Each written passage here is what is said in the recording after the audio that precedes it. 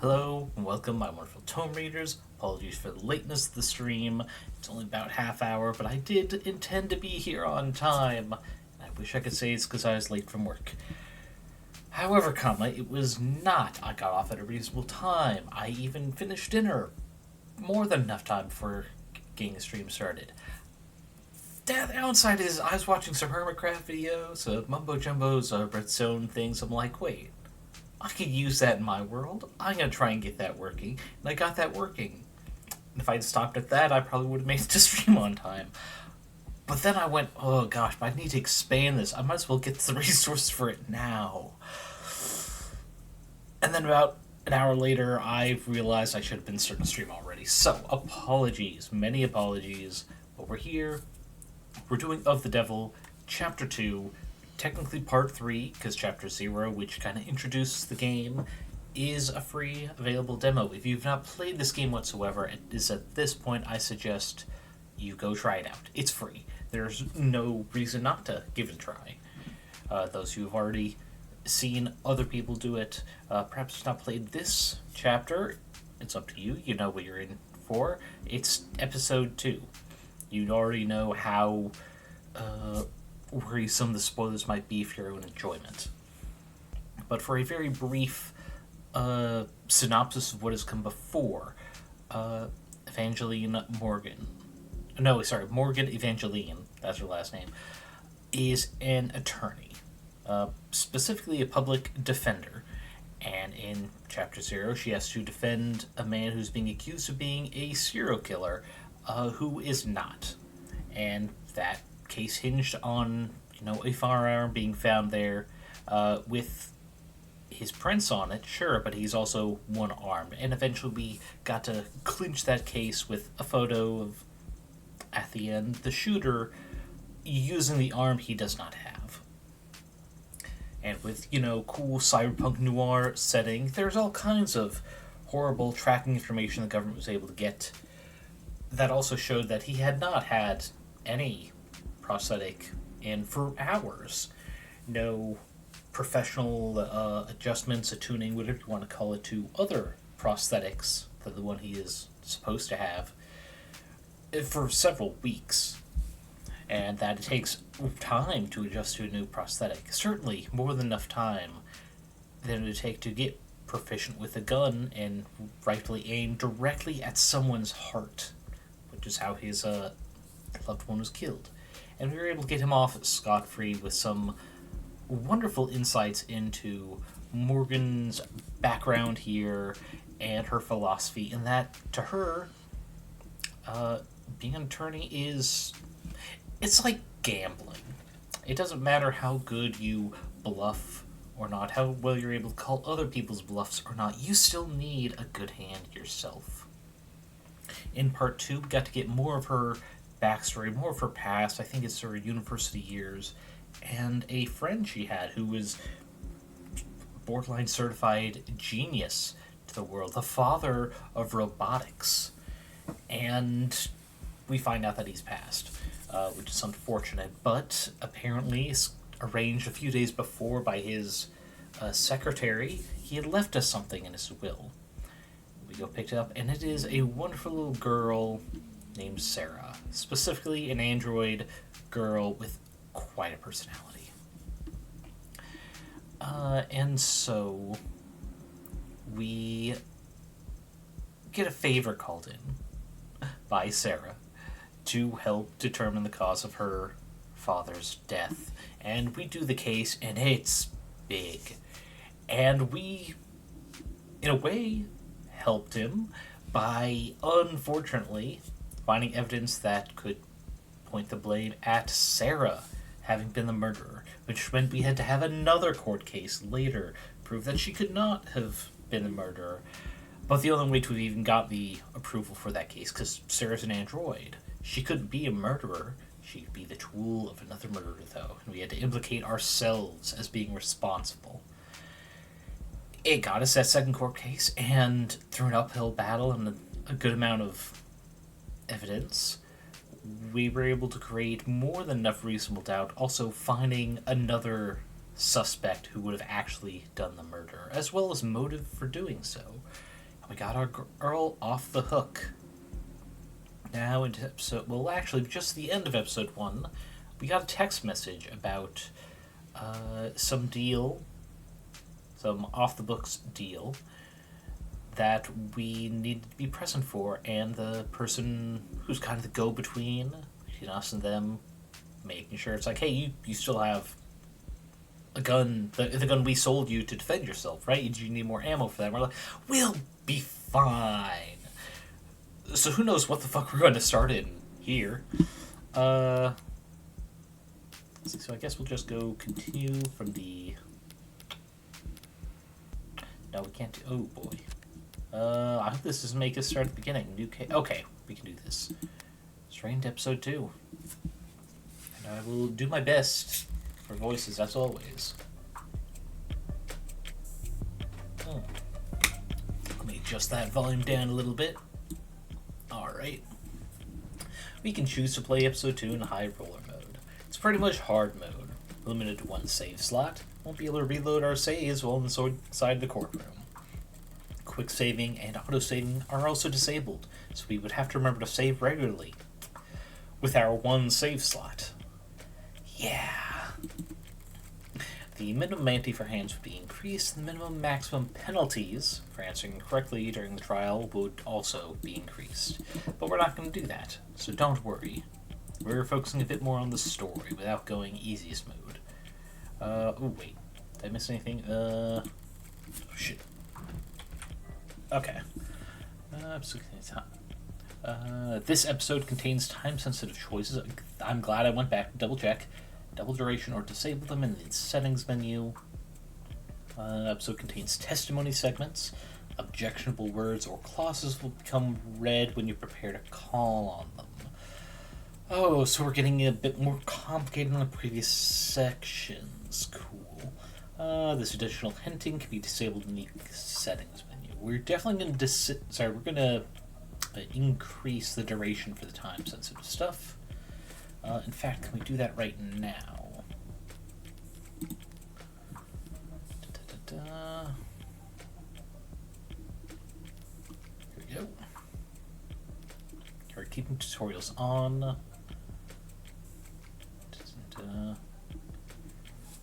Oh, and that's just... Maybe I can't change it yet.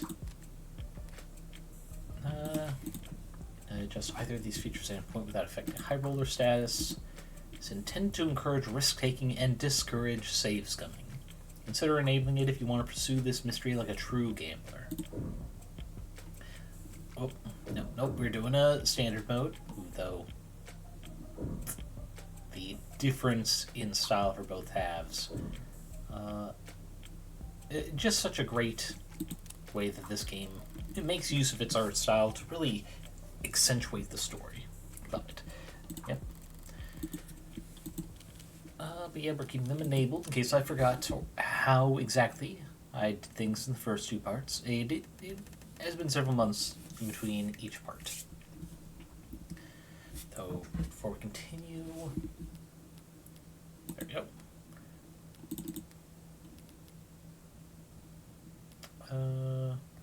We're going to do a gap between, and that was a thing I tested to make sure the game was still working properly. Between parts, we'll see that scene in just a moment. Oh wait, and settings. Settings, text field, text auto, the inside stuff. Or maybe those new things about the time-based thing is just for high roller mode. In which case, that would be very handy for us. While we have everything possible, we have all our people. Reyes Engie. Oh, they Engie. 80, the wonderful robo-judge from the second part. Well, the first chapter, second part. Diamante? I don't know them. Sorry, in the test portion, when I was making sure the chapter 2 still worked properly, I went through and bought all the ones I could have. These were not here last time, but London, head empty. Emma, deep in thought. Aw, look at her. I don't think I could fiddle with this with the mouse as well last time. Nice. Sato stuff. Oh, is this Homestuck reference? Because I know a lot of pages of Homestuck. They shown this similar style with no arms and little chewy hoof. Let's go, Serra. Ah, yeah. Look at her. Fist pumping, excited to get out there. Hell yeah. As well as the fidget tubbies from chapter 0. Can I still... Oh, yeah, I can still mess with it. Yee. Sarah's our girl. Okay. First question's an easy one. Who's your senator? Nothings. Piece of shit still trying to lie to our faces. Oof, that was a meaty thump. Mathings is our senator, man. But still? Shit. Hey, wake up! From the top, I guess. What is your name? Ikari. What year is it? 2086. What did he say last time? 2087? Maybe this stuff's finally working. Dog does know how to shake. And gets a silence. Again in the head.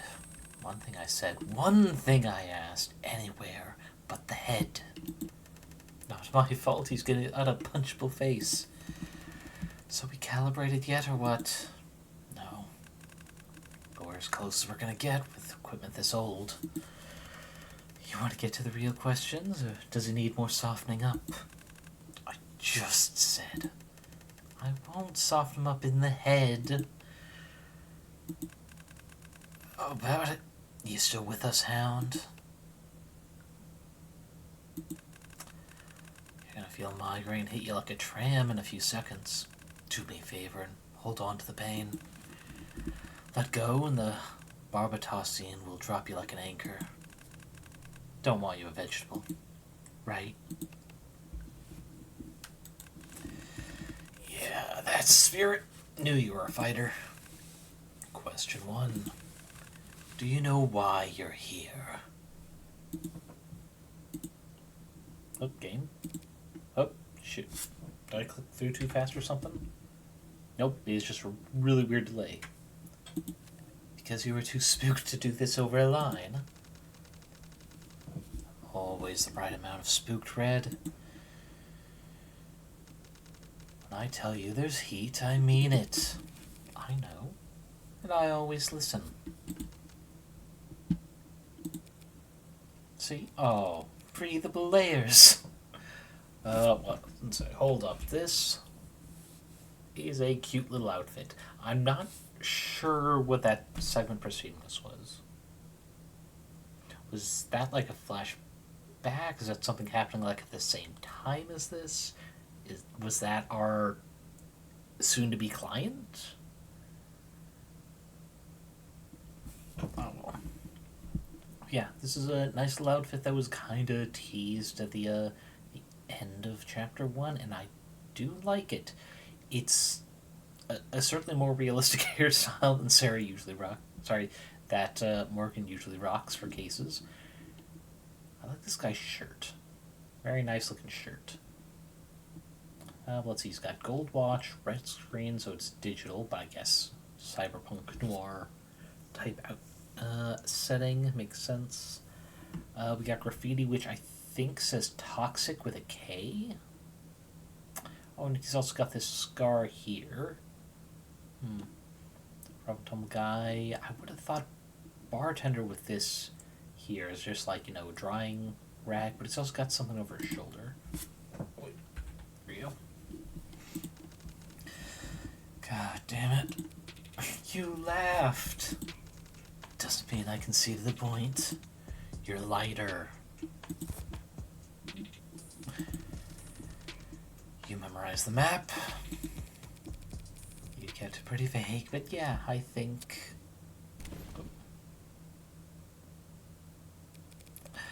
think I got the gist of it. You're that worried about a paper trail? Proctive Analytics just won a state contract for new trolling algorithms that can DNon an entire city block's crumbs in less than an hour. Didn't you read the financial section today? I'm more of a Sudoku gal. We can't all be as well read as Reinhard Diamani.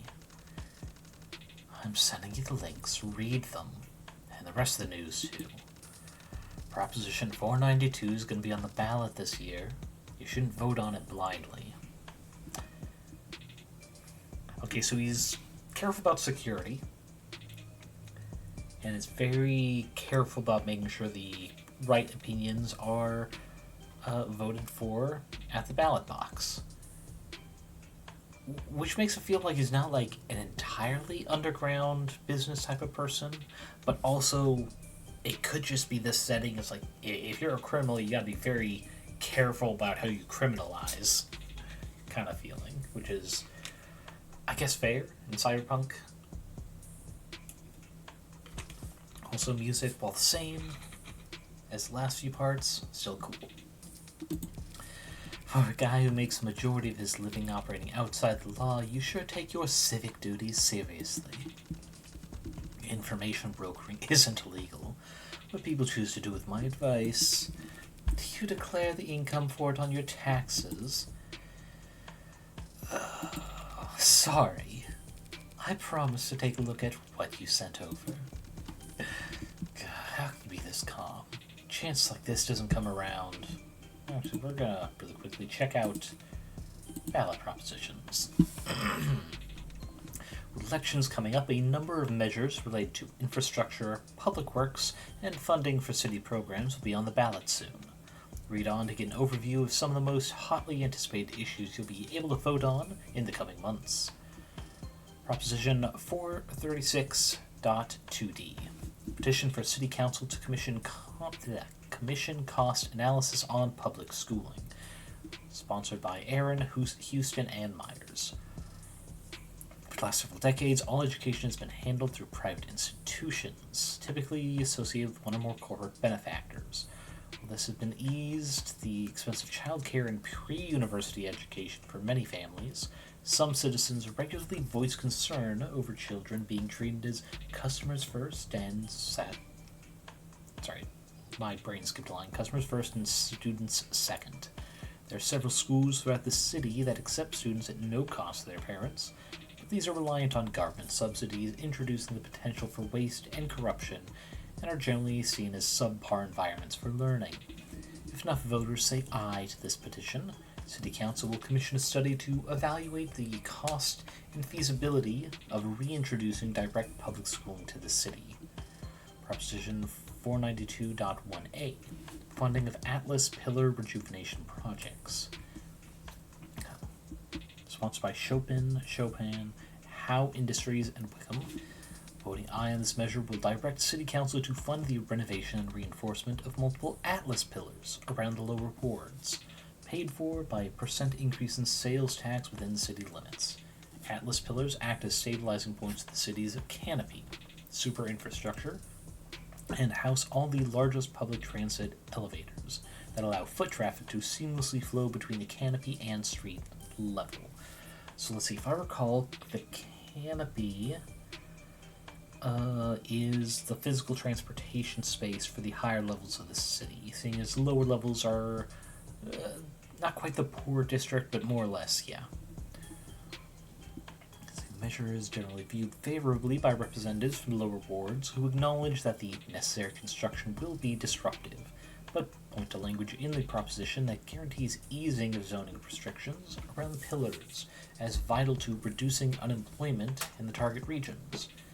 Previous comparable proposals that renovated city pillars north of the park have been touted as successful examples, and studies have shown that poverty is down and citizen satisfaction is up in the surrounding areas. Some number of city council members representing uptown districts have voiced skepticism about these economic benefits, but none have argued about the architectural reality of the canopy's need for additional structural reinforcement. which exactly of the city's older Atlas pillars will be targeted for this rejuvenation has yet to be disclosed.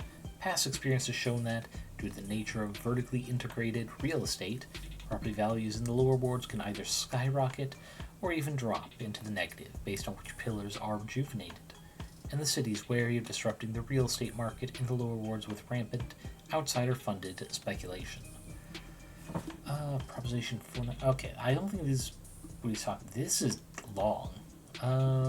Naming Atlas pillars to honor local community figures. What was... Commission of reports on victims of acid snow.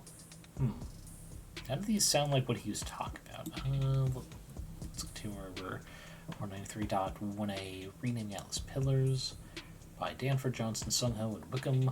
Nicknamed the Pillars of the Community, a project in the headlines, Prop 493 seeks to rename the Atlas Pillars around the city after local leaders and national figures, replacing the current system where pillars are given alphanumerical designations based on the streets they are built atop of.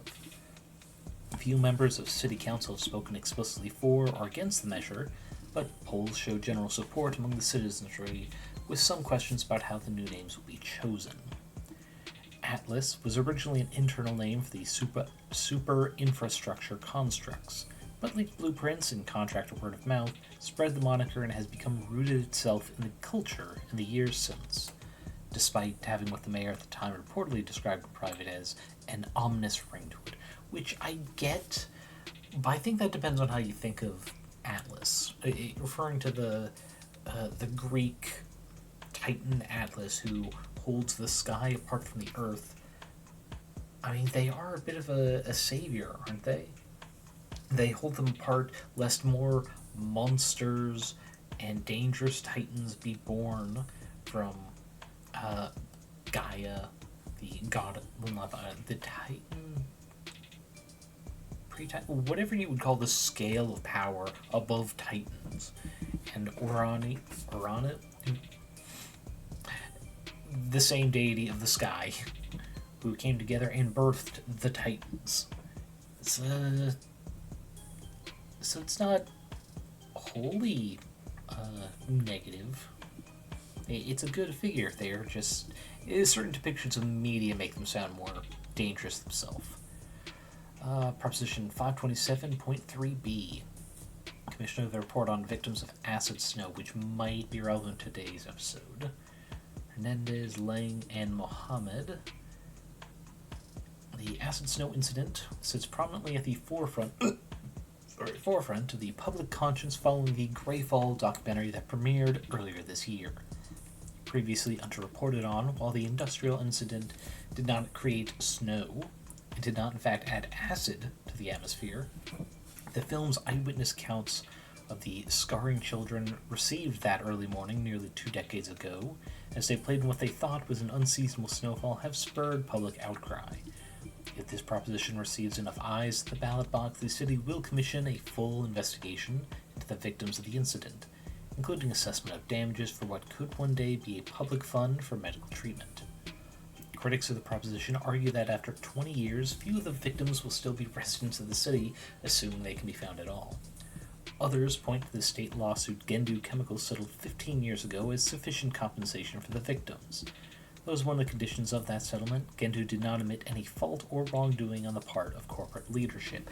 Except here's the thing, if you have to settle out of court, I don't think you can say it's not your fault. I think it should be the opposite. If you settle out of court, it should be assumed you were, in fact, guilty. But people were willing to settle for what you're willing to give. They should still absolutely be allowed to have lawsuits held against them by those who are not willing to take the cop-out money. But none of these were about the security he was mentioning earlier.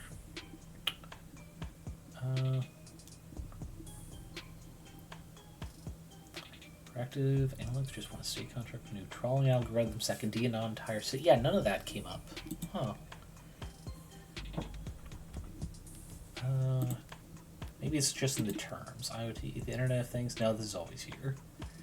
Internet of Things refers to the network data sharing that goes on between all the countless electronics that we monitor ourselves with. In this part of the cyberpunk dystopia thing, where any of the, by the setting standard, modern technology communicates with each other wirelessly all the fucking time. It's how she was able to save the guy in Chapter 0 because the prosthetics timelines didn't match up. It's like he hadn't had it in for several hours, it takes time to do so, and it logs every time it is connected and disconnected. So yeah, it makes it really hard to get away with any sort of crime. In fact, that's actually built into the setting itself, because she did have to speak with the what are they? Homicide detectives. That's the term. The homicide detectives defending her client before he even made it to court. Thank goodness. But the thing is, like, we got to see their offices where they worked, and because of the Internet of Things, how specifically people are tracked all the time, their job is nearly non-existent. There are only a handful of people, a handful of desks. They're underfunded because so many murders are solved by just like, yeah, no, you had your phone in your pocket and you didn't know about your prosthetic foot telling us where you were every second of the day. Kind of bullshit. So to get away with murder, you need really good methods that aren't tracked, which means, a knife or an improvised weapon that does not routinely interact with the environment, because, yeah, firearms, those all have the same sort of tracking. They also track when they're fired, how often they're fired, and all that jazz. Whew. And yet there's still crime. Shame. How can you be this calm? Chance like this doesn't come around, well, ever. Frankly, I'm still surprised they were willing to put up the funds it took to commission this thing. What do you think changed? Nothing ever changes in lower wards. Is what I would say if I was feeling dramatic. Heartbreak made organized crime look like a bunch of cowards hiding under rocks. Is what I would say if I was feeling comedic. Don't joke about heartbreak before sending a woman off into lower wards by herself. 'Cause you're such a delicate flower in need of protection. How is...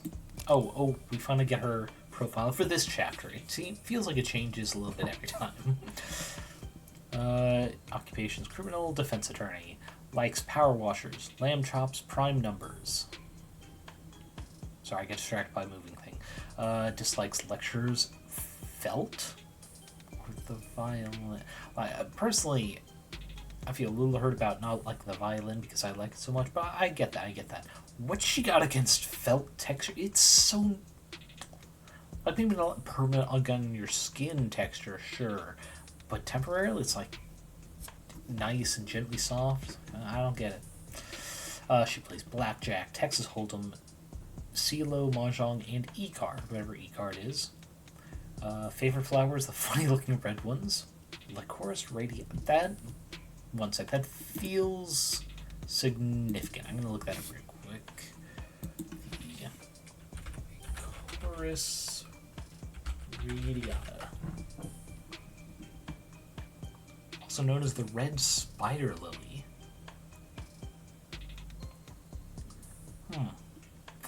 Interesting choice. I'm not going to look into its meaning. That might be a bit too spoilery, but visually, the red spider lily does have a very cyberpunky feel to it. It's like parts of it looks like a flower, but it's also got, I don't know, stamen, specific petals that like are more needle-like, radiating from the center. And that has kind of a cyberpunky feel to it. I don't know how else to describe it. We also overlooked, she likes her eggs fried and runny, which I guess is the only real way to have them fried, I guess. And funny how we got her profile but not Diamondi's here. How about you start feeling analytic and give me a real answer? Fine. My humble opinion. The rest made the first move. Demand for their products has gone up, so they set to work with their syringes and cleavers and vans. Mobile chop shops hunting for product to fill the supply gap. This is a cyberpunk Dystopia, so does that mean organ harvesting or prosthetics? Supply gap? You can't spit without landing on the Vitruvian Clinic. How is the biggest it's ever been? Wait, how? How was mentioned a few times in the... Oh, I remember how. It's a recent influential family that came to be so influential because of how widespread their businesses are, clamping down on potential up-and-coming competitors. It's pretty much like if a young merchant family suddenly became one of the top 10 richest, most influential companies, kind of thing, where there's some suspicion of crime underneath it, but the public eyes seem to have it be, it's like they made some really good money choices early on, and it ballooned from there. What mods aren't being printed to demand? Okay, so these, for those who haven't seen them all, are pretty much the prosthetics, the body modifications kind of stuff. Which, let's see, is there anything new? This looks to be more or less the same as previous versions. Sorry, the previous previous chapters. So we'll leave that be. It's replacement parts, not the mods of the Rust Harvest. Vitruvian, How, and all the others aren't interested in helping you fix a faulty pump. They just want to sell you a whole new model. Oh, so this is just the plot of the Robots animated movie. Got it. The rest might not always be pretty to look at, but even law-abiding citizens will gladly swallow their distaste for a discount that steep. Bottom modders are veterans. Not easy prey. Correct. Hence the breast stockpiling weapons. And in response, the Blue Bloods sensing escalation. Well, that's just my hypothesis. Got tongue-tied tonight, sorry. If I ever get pulled into an alley and wake up missing a kidney, we'll call it a formal theory. It's not like we're talking about a weapon of mass destruction. Makes the Blues think they can win a gang war with it. Before that, what was this new term? So this is just the term that the gang used for himself. Domestic criminal organization known as the Rust. It's more accurately described as a loose collection of smaller gangs, or sets, racketeering operations that formed out of necessity rather than any particular shared value. Broad powers granted the state and law enforcement to address civil unrest during the 60s meant that small to medium-sized criminal organizations could not survive on their own, as virtually all their members could be detained indefinitely if one or more were suspected of racketeering, under new laws that classified gang activity as terrorism. That's actually one of the more realistic details from this setting. It's like, no. We want to throw the book at these people. We got to make it as big a book as we can. All gangs are now terrorist cells and will be responded to accordingly. Though honestly, the only reason I can see that not happening in real life, though much as it's being treated the same as of recent political events show, the only reason I can see that not happening in real life is the fear of lessening the impact of actual terrorist groups. Because, right now, at least in the US, a terrorist cell sounds like a lot more of a dangerous thing than just a gang. A gang is more like a local term. You might fear a local threat happening at, and a terrorist threat when going abroad, because after 9/11, the plane shit and all that. But you wouldn't want those two scales be kind of like mixed together. Because you never really hear about terrorist cells in your neighborhood if you lived in a very rural place or in a very small city. And you wouldn't want that people to be desensitized to that. It's one of the reasons... actually, I'm not sure how real this fact is about the naming of hurricanes being male names rather than female, because people weren't giving enough credence to female named hurricanes. Don't know if that's real or just one of those punchline type jokes people made, but it's like, I can believe it. It's like that level of, it's like I could see people not believing things being serious because of that. There are plenty of idiots out there. While the rust has evolved since its chaotic initial formation, the spirit of it lives on in the highly diverse culture of the rust's component cells or pods. Law enforcement officials disagree on whether the rust meets the definition of a criminal organization, as many argue that the gangs that make it up are capable of operating completely independently of one another. Some hypothesize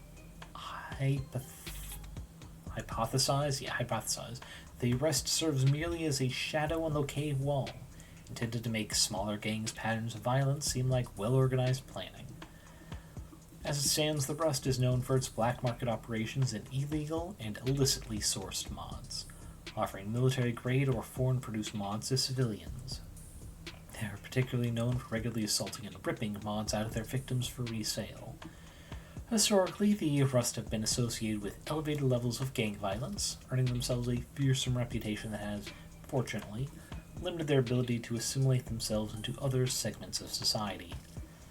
However, in People vs. the Harmonicae Systems, the state alleged that Harmonicae had, on numerous occasions, employed the Rust as a kind of extra-legal mercenary force when pursuing aggressive market negotiations against their competitors.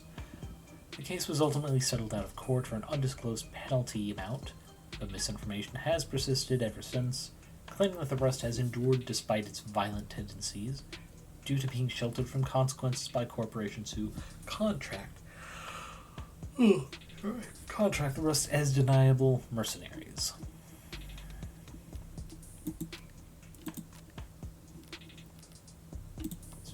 Close fun there. See, but what makes the Blues think they can win a gang war? Maybe they found the right soldier to wield it. The idea lingers in the air for a moment as I gaze out the window. Windows of neon and advertisements galore float up past us like bubbles of air as we make our descent down into our beautiful city's scenic low wards. How's this part go again? Through me the way to the city of woe, through me the way to eternal pain, through me the way among the lost. Dante's Inferno, Canto the Third. I can't recall what canto means in the specifics of Italian poetry like that, but I assume it's a sequence of 3 lines. Welcome to the underworld, Dante. Sometimes hot, sometimes misty, sometimes choking with poison. Always dark. That the official forecast? More accurate than whatever's on your phone. Between the skyscrapers, the generators, turbines, the canopy, every city block's got its own climate down here. 9 circles of fresh hell. If you get the reference, say something. Don't make me feel crazy for 5 minutes so you can feel smart for 5 seconds. That's just how she rolls, man. Okay. Smug low rewards lingers on your skin long after you make the climb back out. This place clings to you. Unwanted, cloying attachment. But there's an honesty to all human interaction down here that makes it trivial for me to navigate. It's got a nightlife rife with opportunities for someone with my particular interests. Sorry, I couldn't get you anything else to work with. It was short notice. Better than a bet against you by now, Red. But still, it's sweet of you to worry. But this is a surefire thing. Spoken like a true addict. I mean it. I'm here for business, not pleasure. I don't plan on leaving anything to chance.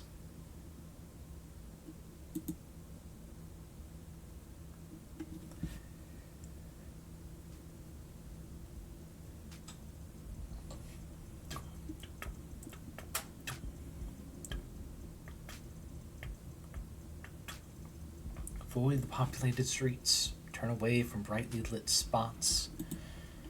Follow the trail of graffiti and broken cameras past food stands and steam vents down the rabbit hole. Sounds more complicated than it actually is in practice. It is certainly a mixing of famous literary works. First Dante and now freaking... Shoot, I'm blanking on the author for the Alice in Wonderland series. Oh well, it'll come to me. It's easy to end up on the wrong side of town as long as you're trying to. Reinhardt's map narrowed the search a lot more than I expected, but I'll be on my own from here on out. It's gotta be one of these 3 buildings. So, let's go for what I know. I'm looking for a base of operations for a mid-tier kind of pod. Rougher than a storefront, not as fortified as a headquarters. Location that makes customers feel safe, not trapped. Of course, if I just start knocking on doors, they'll probably find me with weapons drawn. So if I want to be smart about this, I better use all my senses. Oh wait, okay, investigation scene. We got an examine, scope out, and a check. Anything else hidden up high? Not that I'm seeing. Got another toxic graffiti, which could be what that examine thing is going to reveal. Let's start with check and work our way right. A bit cleaner than the other buildings around here. Could be someone spending money on upkeep. Maybe this one's just been torn down and rebuilt the least. There are a couple of bodies lingering outside it. They don't exactly have that organized criminal associate edge. We'll look at that term ORCA in a second. That doesn't necessarily mean anything. A lot of pods will pay civilians good money just to keep their eyes open. It's certainly dark. There's a camera out front, and it's not broken. Overall, it's probably just some mechanic garage shuts down the power to save money at night. What's this about ORCA? I guess I have to do it the old-fashioned way. Alright, terms. ORCA. Organized Criminal Associate is the label most widely used within law enforcement for individuals who are members of criminal organizations, supplanting terminology used during the first half of the 21st century. Wait. In accordance with changes to the organization of, recruitment for, and internal culture within organized crime. Frequently abbreviated with artistic livery as ORCs, or the more common ORCAs. Law enforcement professionals often use related nomenclature when discussing organized criminal activity in informal settings.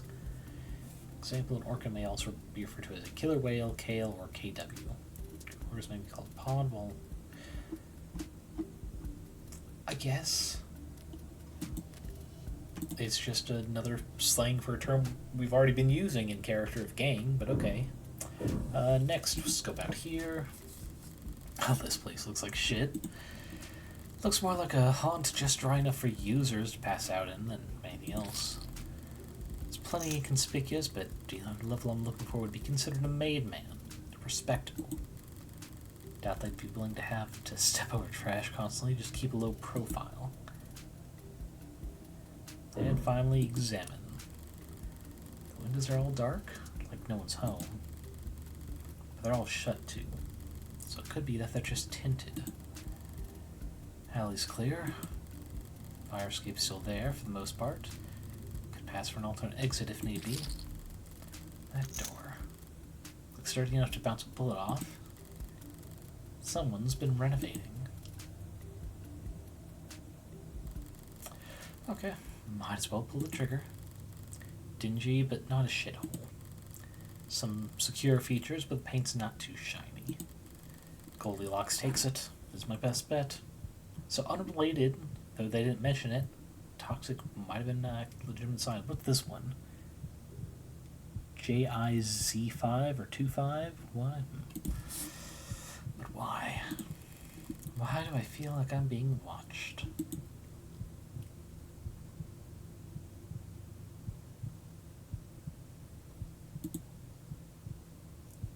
Oh. Who dis? For a sec there, I thought that might be Serra, but I don't think so. Not unless you change your hair color. Hey. Great acting. You're supposed to be the lookout. Red Hood. What'd you say? People come down here to be a anonymous, or the closest thing to it in the modern day. It's considered poor etiquette to stare at anyone for more than a moment. It's a faux pas to make an effort to remember someone. Commenting on another's dress isn't a slap to the face, but it is odd. Go away? At least I can take direction.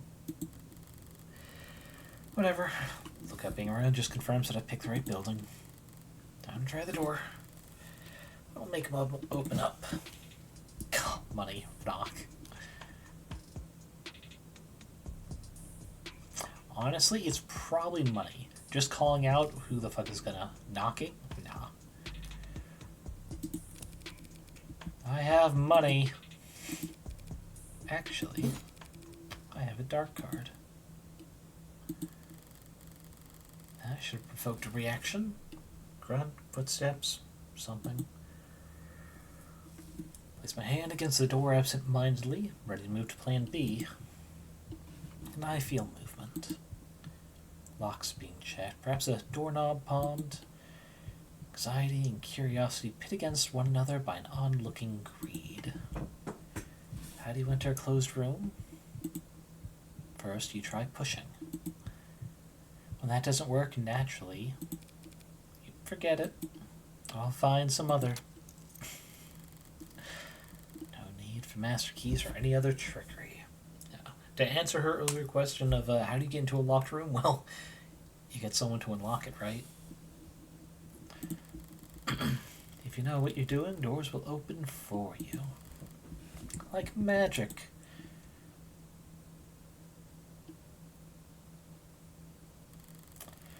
Door's not the only thing that's been reinforced around here. This apartment building, hotel, whatever it used to be, someone's made a lot of effort to file it down. Hallways blocked off with chicken wire and stripped furniture. Access panels ripped out, doors welded shut. They took a maze and ground it down to a one-way street. Or maybe a shooting gallery. With blaring musical accompaniment.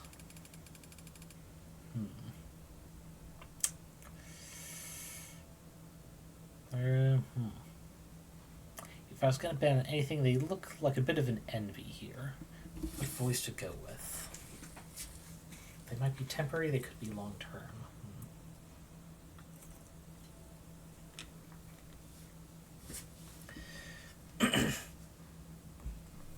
Don't get any ideas. Got no vacancy.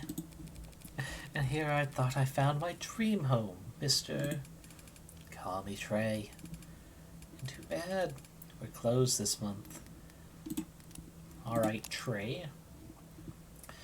Occupation, freelancer, in quotes. Likes vending machines, skate parks, and ice chips. Dislikes rich kids, fried food, and cops. Loitering, 3 arrests, no convictions. Larceny, 2 arrests, 1 conviction. Truancy, no incidents on record. I do kind of like their vibe, though.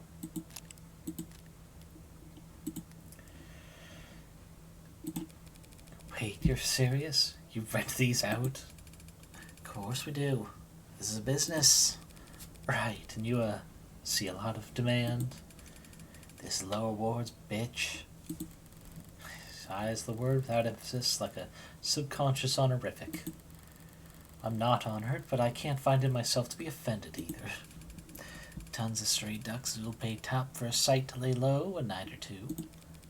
I can see why. This is the hallway. The rooms are clean. Sure. Look, the doors are heavy, the locks are all physical, and it's quiet. So this is a safe house for rent. Safe rooms for rent. But like I said, we're not open for business right now. Curious. Come on, up the stairs already. And no mask when we get up there. And curiouser. Good masks like a good pair of boots in lower wards. Keeps you clean and keeps you moving. Makes your journey a dozen times more comfortable. And if you leave the house barefoot, you can expect to bring back something unsavory attached to you. It's not odd for him to be barefaced, but demanding that I not wear mine is... Seriously, stuff in your pocket, now. Deflect. Forgot I was wearing it. Why so nervous, though? We're not... I mean, I ain't nervous. Nothing to worry about then. Yeah, but you need to lose those gloves, too. So that's their game. This is no power move, it's insurance. If this place ever gets busted, evidence of my visit will be all over the place. They're giving their customers extra incentive to make sure this shithole remains a hidden gem. A reasonable idea on their part, but doesn't change my answer. All 3 reviews. We're gonna rhyme with the first play reviews. That's not happening. Bitch. Whatever. Have fun explaining to the boss why you can't follow basic instructions. That does sound fun. Watch it. You're a guest here. A guest? I'm a paying customer. And if you try to get me to remove any more articles of clothing, I'm leaving a scathing review. You haven't paid yet. Come on. Right behind you.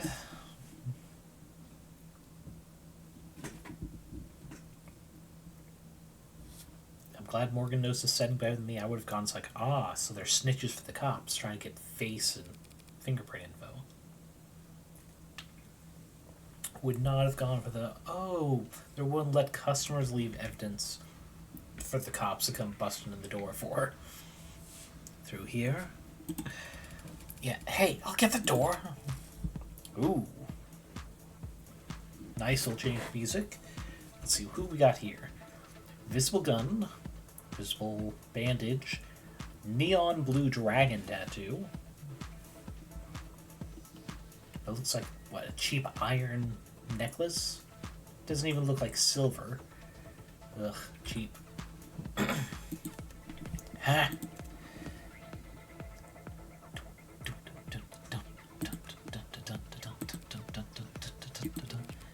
Howdy! Where the hell did you find her? Must have fallen out of the canopy like a ripe as shit fruit. Because she didn't fall out the damn sky, that'd mean Trey opened the door for her. Right, Trey? Tanks, come on, How hard is it to not open a goddamn door? Alright, Tanks. Occupation, all quotes, handyman. Ooh, we're getting a better look at them. Exposed stomach, crop top, and a cross belt buckle. Also, I'm assuming this is a simple band, but this is like informal armor, because that's bulkier than the wrist here and does not go at a proper angle. Prosthetic. Yeah, that looks like a prosthetic arm to just above the elbow, and this one's just a hand. Same tattoo. Oh, of course, same tattoos earlier. I just noticed that like a little keychain dangle on the gun. That's cute, sir. But actually, different colors here. Is that a mouth guard, or are both sets of teeth different colors? Interesting. Anchor Tanks Tan likes parkour, spray paint, and stainless steel. Dislikes beer cans, water stains, and cops. 2 arrests for assault, no charges pressed. But if Grand Theft Auto, they got 3 arrests and 2 convictions, and incarceration, 1.5 years, juvenile correctional campus. Hard is it to not open a goddamn door? Well, she is. Shut up. Like his hairstyle. The others aren't fazed by his volume. This is normal. The big guys always like this. But his outburst is giving me a moment to take in the scenic view. Brings a tear to the eye. You. Me? Who else? Hit that. A cigarette? Laced with drugs. Or don't. I'd love an excuse to kick your ass back down those stairs. They think I'm a cop? They think I'm a cop and cops can't use drugs when undercover? could quote them the exact law that invalidates this legal defense, but I gather that wouldn't assuage their concerns. Well, what's it gonna be? Jeez.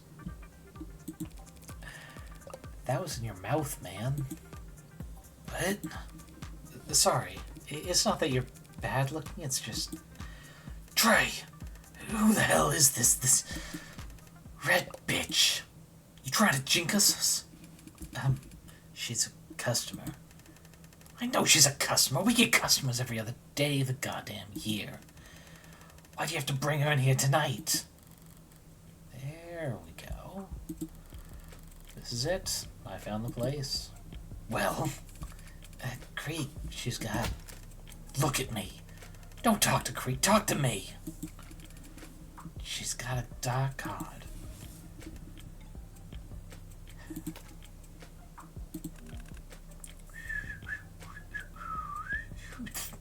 Sorry, couldn't whistle on short notice. I ran the seal downstairs. The scanner's got hot like a handworm trying to crunch it, so... It's legit, right? Dark card, huh? Ooh, and here we get Creek. Nice name, bro. Lakers Creek Kristoff. Oh boy. Your parents either really like the team or the team is so unimportant they could get away with naming them. Occupation is entrepreneur. Likes making money, making friends. Dislikes doctors. I'm sure he eats a whole lot of apples. Grand theft. Case dismissed due to lack of evidence. Extortion. Case dismissed due to witness recanting. Pronouns. Any. And they've got... they got tiger tattoo on the front. Another little trinket. It's actually kind of similar to Tank's little gun thing. Dark art, huh? Not odd. Hard not to start playing a little more conservatively once you know the stakes. But have the specifics of their leadership structure. They're all looking to this Creek right now. I don't know his rhythm yet, so I can't exactly match it. For the moment, silence is golden. Yeah, but tonight, Creek, with all the other shit we've expected to shovel, hey, shouldn't make talk like that in front of the customer. You think the world was old toothpaste the way he spat it out? Translation, outsider. Thanks. Yeah, Miller, I know. All the more reason we should tell this bitch to get slagged. Miller. Heavens, Miller smiles. Tradesman, in quotes, likes horror films, bubblegum, and terrariums. Weird. I wouldn't think terrariums and horror film fans have a lot of overlap. Dislikes bookies, gin, and cops. Vandalism, 4 arrests, 4 convictions. Extortion, 2 arrests, no convictions. And littering, no incidents on record.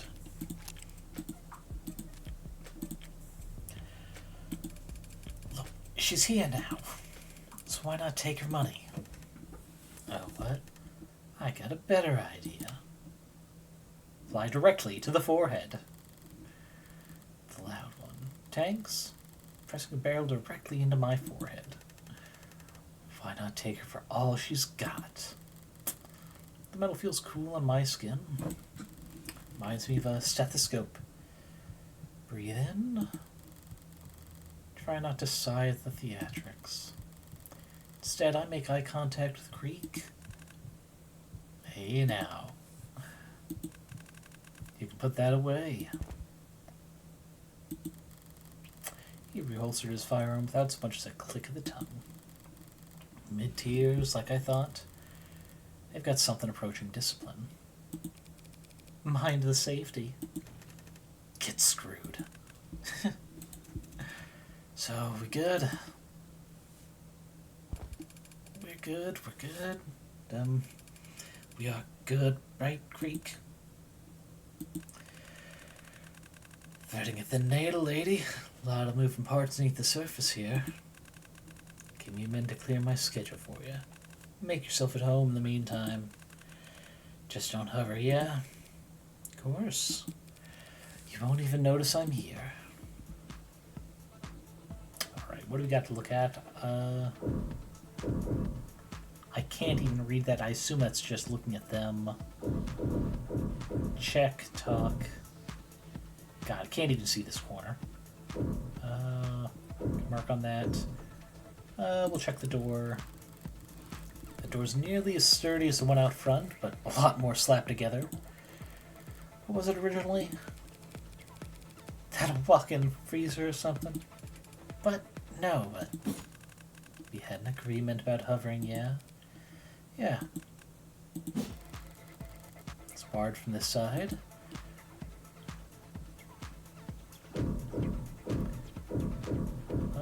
Hey, Tommy, welcome. We're currently, what is it, about 40 minutes or so into the latest chapter of The Devil, Chapter 2.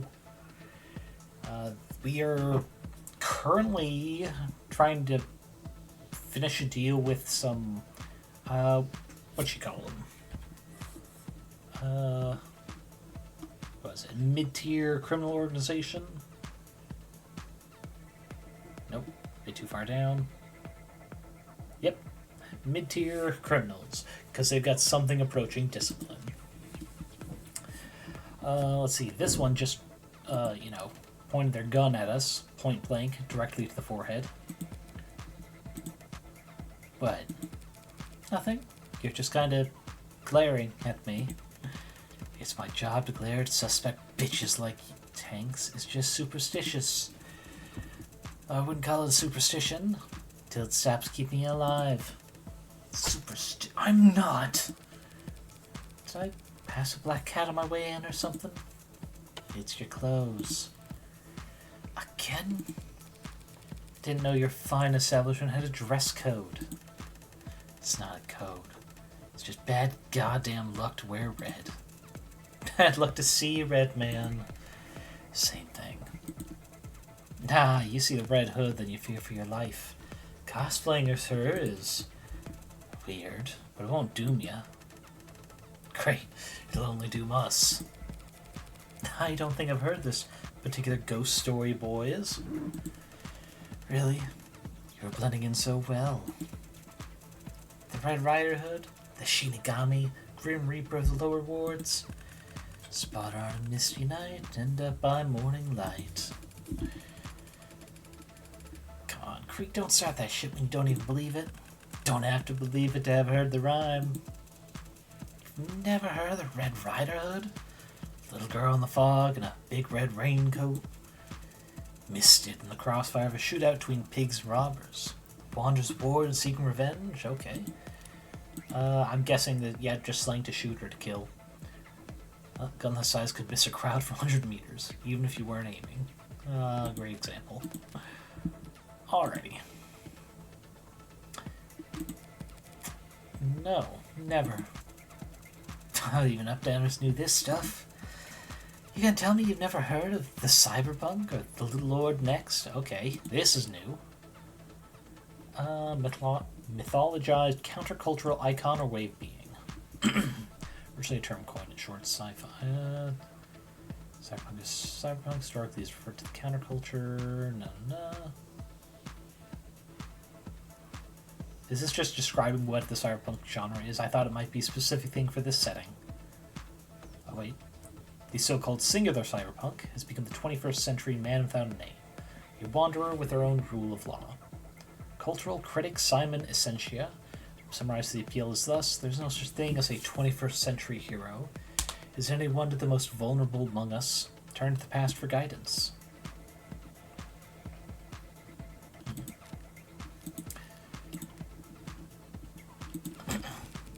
Guess I don't have good ear for this kind of thing. Or maybe you're just not as smart as you think you are. Says the grown man sweating because of a ghost story. How about I take extra care not to walk under ladders for the rest of the night, and we call it even. Walk around Annie. Where would you even find it? Oh, did you mean a stepladder? Now who's afraid? You look palish as spit. Because for some reason I just got the horrible feeling that I lost a bet. Interesting. We still have this person. I can't even read what this says. Observe, I guess? I think it's observe, yep. You doing no inventory over there? Ouch. Must have caught you on the worst night of the quarter. Quarter? This ain't a Meg operation, lady. We take our inventory daily. Meg. Derogatory slang for Meg Corporation or one of their employees. I think that's all I need to know. Yep. Torture. You're gonna suggest we put it all down on a spreadsheet? Get everyone to sign off every hour? Have you got a special name for anything with more than one signature on it? A cricket case. Now this sounds new. Or CRICO. Combating racketeer influence and corrupt criminal organizations. Okay. Okay, so cricket case is like... They're saying keeping it written down would make it easier to prove what they're doing is a crime. Got it. Guess that makes sense. He's corrupting the CRICO acronym a lot, but his risk assessment isn't misguided. Paperwork brings down more criminal organizations than guns ever will. Give a half-decent accountant one thread to pull on, they can rip apart the mafia in less than a business day. Hey, what'd Creek say? Don't hover. It's only hovering if I'm bothering you. Am I bothering you? If you're bothering me, you'd know it. Okay, we got two things left. What's going on with this table? Oh, they're playing cards. Did I interrupt a game? What's your poison? 5-card? Full blind? Monaco rules? Are those games? We just screw around with whatever we got to kill time, lady. You know your stuff. You ever play around here? Now and then? The hell? You go slumming for card games? Now and then. Have I seen you at a game before? Maybe up by the 30s? Sorry.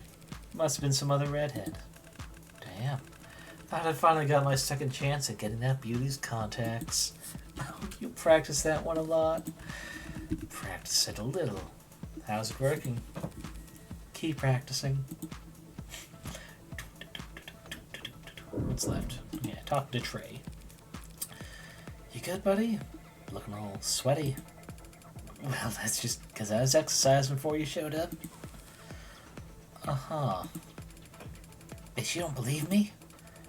How do you think we defend what's ours down here? I assume the gun I was acquainted with just now played a role. Think we can afford to break the bank on bullets? It's easy to buy a gun. Pulling the trigger is also easy. Like kissing it goodbye. They'll rat you out first chance it gets.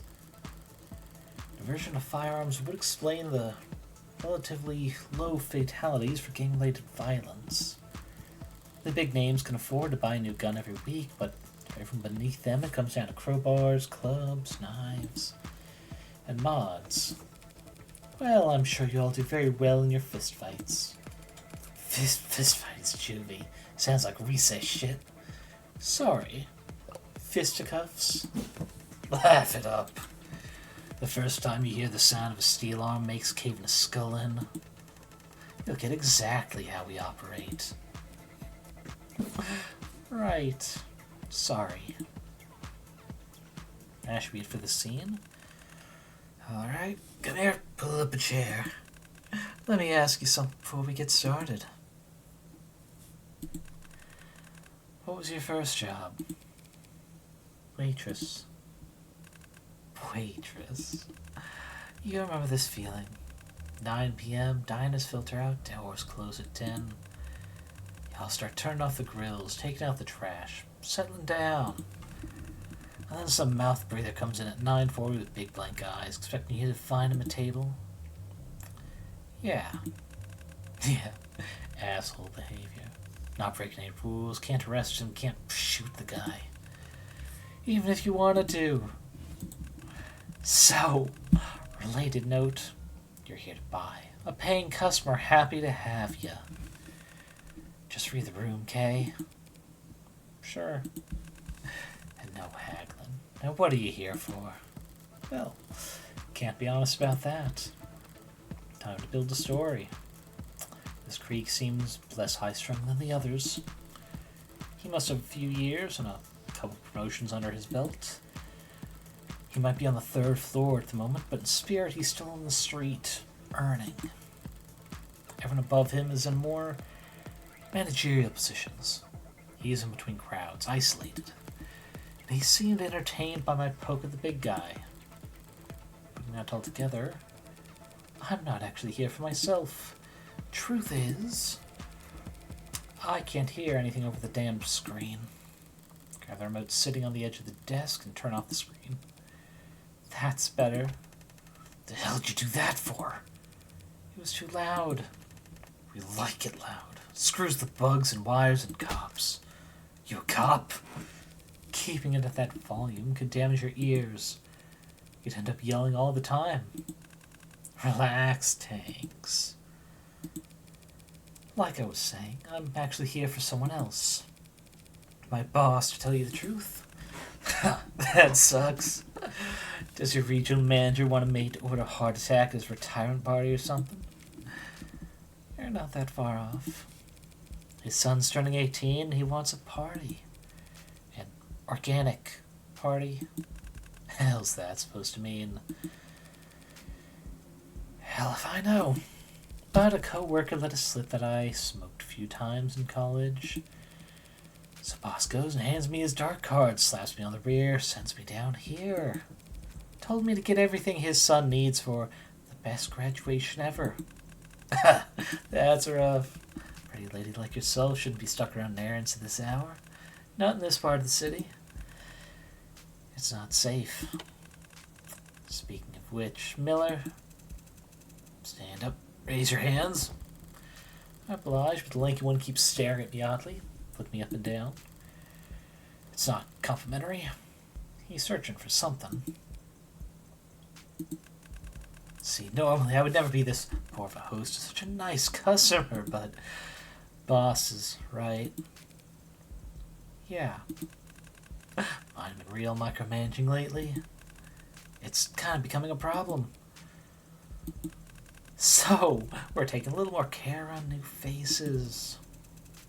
Tucked inside her jacket, right in the left pocket. His eyes aren't modded. I give it away with my body language. Something you want to share with the class. Forgot I had that, maybe. Yes, I have a knife on me. Should I have declared that on my papers? Would have been the polite thing to do, yeah.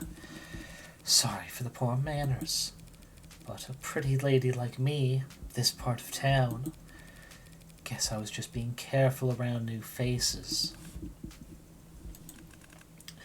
Alright. Just let her keep it. I got you here to protect us. Have to wonder though, why'd a high-power corporate mover shaker come in person? Why come to us? Why not go across the skywalk over the nearest Ikaria-owned dispensary? Cagey tonight, aren't we, boys? What the hell are they so suspicious for? Who are the Ikaria? This sounds vaguely familiar, but... well, I can read between the lines. They're the competition. So if these blue bloods are being this cautious around a paying customer, I can shame them over it. Alright, blue bloods. The National Criminal Organization, most commonly known as the Blue Bloods, originally in the early 21st century, is an offshoot of Eastern Hemisphere triads. That's assumed various dockworkers' unions. Okay. I think I'm kind of getting where the Blue Bloods from, because it's usually referring to, like, people with money, influence. Like blue-collar jobs. Being a lot different than white-collar ones. With blue, Sorry, just a little confusing. Just because blue blood is already a thing, already a phrase, but they're combining with blue collar for lower. Anything else important here? Many tried struggles with increasing nationalism around the globe, combined with improvements in border security, made profit margins for smuggling smaller and smaller, even as demand for foreign goods went increasingly unmet. Interesting. So blue bloods are black market for specifically gear and goods from out of the country. Their status of criminal concern was officially downgraded to moderate by the state during the 2070s. Most criminologists agree that their national presence is now relatively weak and has remained so for long enough that the organization's broader global leadership is likely uninterested in expending the resources it would take to change the status quo. Interesting. It's still going to bug me that they combine blue collar and blue bullet like that. I mean, sure. Everyone knows the Ikaria have taken the lion's share of the city. I just didn't realize they had a monopoly, too. Hey, get it straight. Ikaria won't be on top anymore once we... Never mind. Can we not do business? No one said that. So what'll it be? Well, I don't want any of these kids choking on their own foam, even if it'd be funny to watch. I figured I'd just buy a bunch of downers and maybe a handful of uppers. Let half of them get high off the atmosphere. Downers, huh? We got the new titration of lime, lasts for hours. Yeah, they can stir it into their watered-down beers. Wait, new titration? No one's gonna shit themselves, are they? No. Not until the morning, at least. Alright, well, I can live with that. What have you got on the other end? Got plenty, as long as they don't mind hippos. Hypodermics? Feel like these baby shark types get nervous around needles. Got anything they can inhale? Well, got a lot of nerve. Fast bump, high plateau, and a smooth ride down. Our bestseller. Sounds great. Unfortunately, it's in high demand, so... Get that he's selling me drugs, but does he really have to sell me drugs?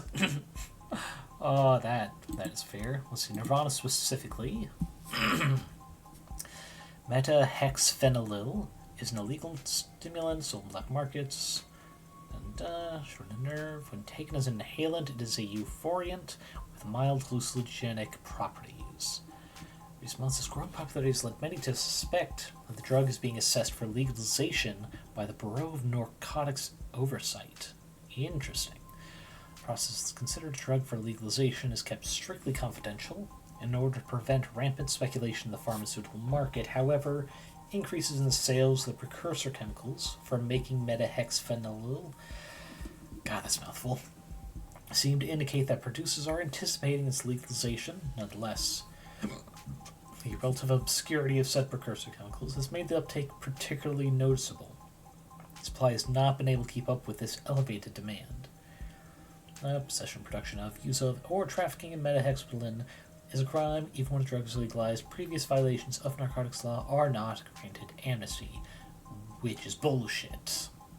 I can see it for, like, people who are being criminalized for, like, selling it illegally, but taking it? Now that's bullshit. Hey, it's not my card anyway. Charge it. Gladly.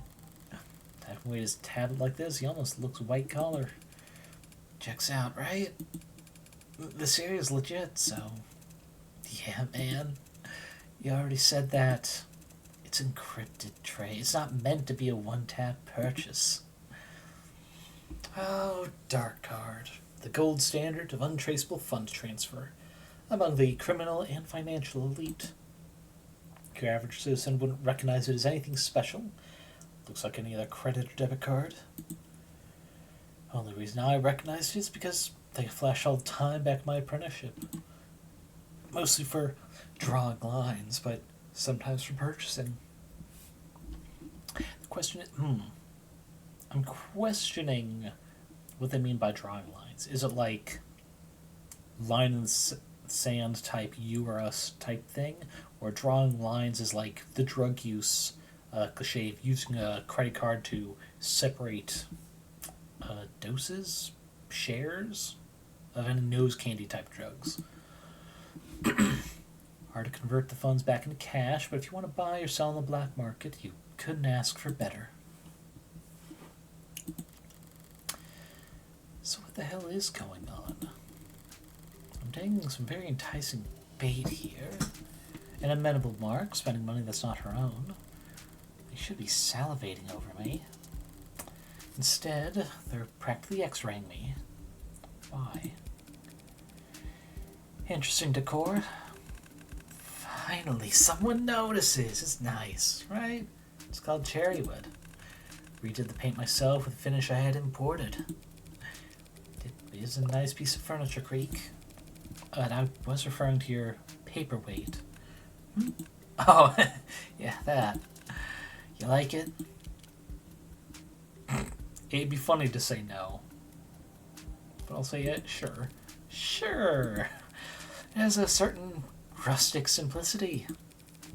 Though it's not exactly gleaming, have you considered giving it a polish? That'd be a crime. Oh? Polishing off the battle scars from a hard-won prize. Prize? It's not yours. Something I picked up on the job. I see.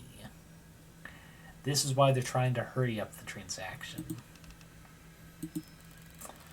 Masculine voice, muffled, possibly gagged, and stifled as if pained. Seems like I'm not their only guest tonight. Really wish you'd left the music on, lady. Sorry, say something? Really spaced out just now. Didn't hear a word you said. Okay, that's okay. I didn't say anything. Guess you aren't so stupid you can't even mind your own business. Speaking of my business, how are we looking? The card's still processing. Sorry about that. Guess it takes time to snake a wire through enough pinholes that even the almighty state can't track it.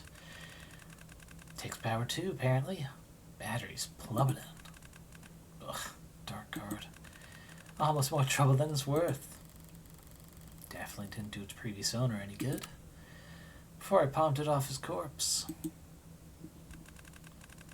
Your boss must be a careful guy, delegating you to come down here with us. Yep, maybe. Not very smart, though. He has no idea what any of this shit costs. If I treat myself after I finish here, it's not like you'd ever know the difference. Good on you, ripping off the bastard. Woman after my own heart. There it is. Now I just need 2 thumbs and a password for verification, and we're golden. There a problem? Yeah, is there a problem? No problem.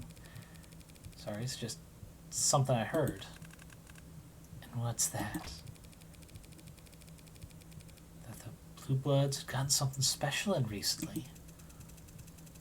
Can't trust everything you hear out there. Or read. Or see. No, of course not. But, is it true? No mask. Like the man said, you gotta be careful what stories you listen to. Come on, what could it even cost? A couple thousand? I wouldn't know. I'm no art appraiser. But I do know that it's rare. Fun fact, no means talent. I don't think that translation does it justice. Less than a dozen people on the planet who can make them. What's so special about it? I mean, them. They exist, which they don't. If you want a mask, you've already got one on your chin, lady. State puts up cameras, we put on masks. State has layered scans, we wear helmets. High-tech climbs higher, low-tech punches lower, back and forth up the escalators. But a no-mask got tech that can't be answered. Scissors sharp enough to cut rock. Anti-facial recognition, fractaled active defense. I guess that doesn't become a punchy little phrase you could pronounce, really. Afurfad? Afurfad? No. Any camera, scatter an ad, looks at that mask, they'll see a face. So ad, summarize, slang for android, the robot people we see, which could be physical bodied or holograms. Within a face, within a face, within a face until fatal error. Forget hiding from cameras, searching for blind spots. With a no mask, you could just walk down the busiest street in the city. And break every camera in half a kilometer.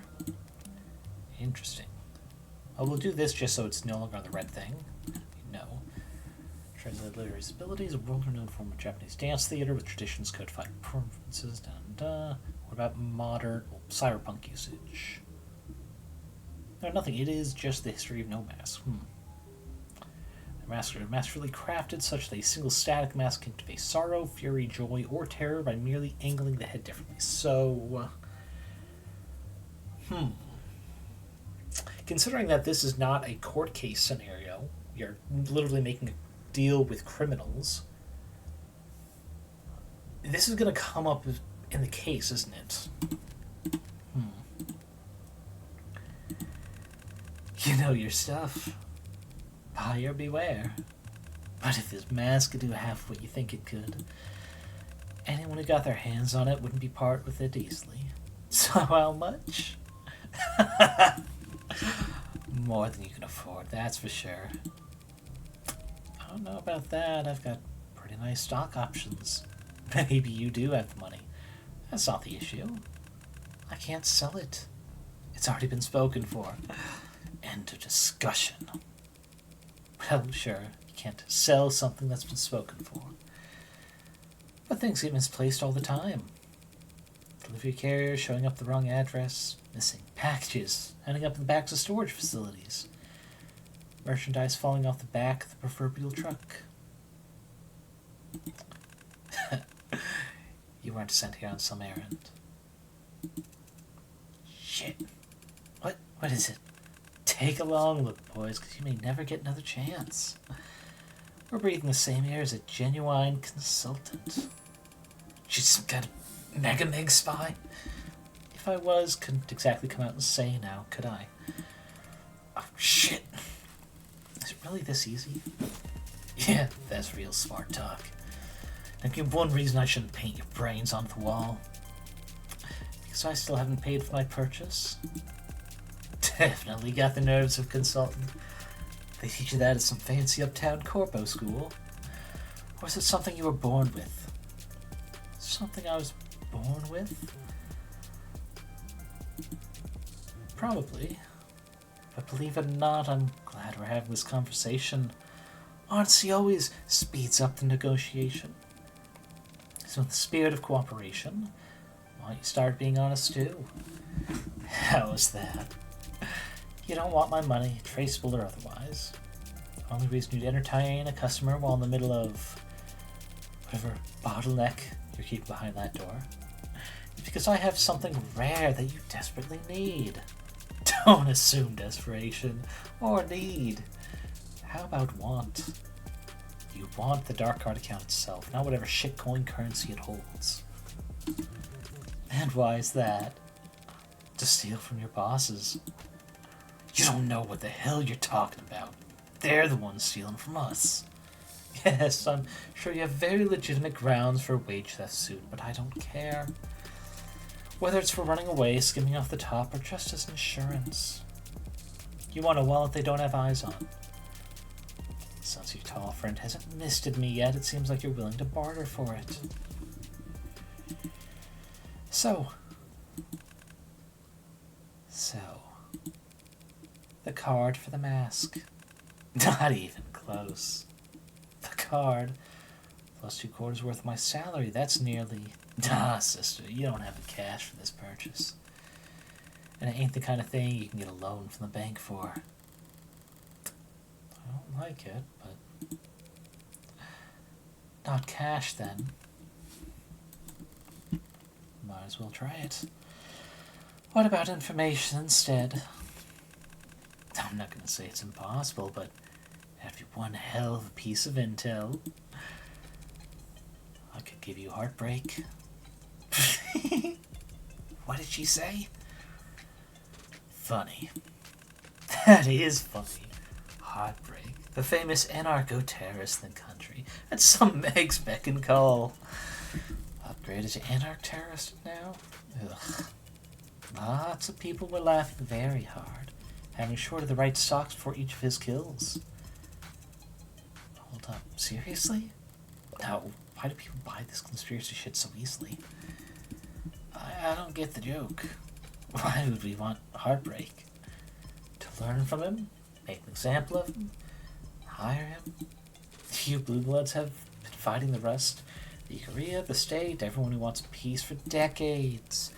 Yet Heartbreak's gotten more notoriety than all of you combined in only a few months. There's really nothing you'd want to say to him. Nothing you'd want to ask him. If he was sitting right in front of you. The following scene contains... Oh. One sec, but let me... I'm just gonna... drop a little save there. Not sure what this scene is about to contain. Loud noises.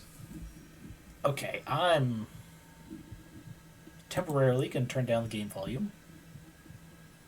Which involves getting to the mixer. There we go. Which should help all of us.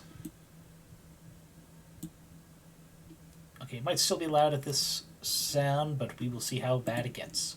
Loud noises. Flashes of light. I can't do much for that. Other than prepare content warning. Flashing lights. Depictions of violence and gore. That's what we're here for, but is there... Yeah, I already have violent graphic depictions flagged for Twitch. Hell of a bluff, I'll give you that. Just in case the game is not bluffing with us, though. I'm just going to put this up for a little bit. Yeah, I can unpin that manually. Perfect. Hell of a bluff, I'll give you that. Thought it was worth a try. Sorry. Just procrastinating having to go back to my superiors empty-handed. Nah, it was good. Good effort. Was the game messing with us? I'm not sure. I'll turn it up a little bit. Not all the way back. That shit. Nope, nope. Oh, I accidentally hit autoplay. I mean, I'm still interested in the dark card. It's just... That mask is a death sentence. Crafted specifically for one very special customer. I'm just the one given the honor of hanging on to it until... Sound like you got your own office politics to worry about. Getting pulled in every direction. I know the feeling. Oh, that was a bunch of drama for nothing. You gonna buy or what, Creek? Oh, I'm still buying. Not for some kid's party, obviously. Plan is we're gonna spike the competition at this meet and greet. Make the customer think they're drooling idiots. Mask was always a long shot. I was just personally curious.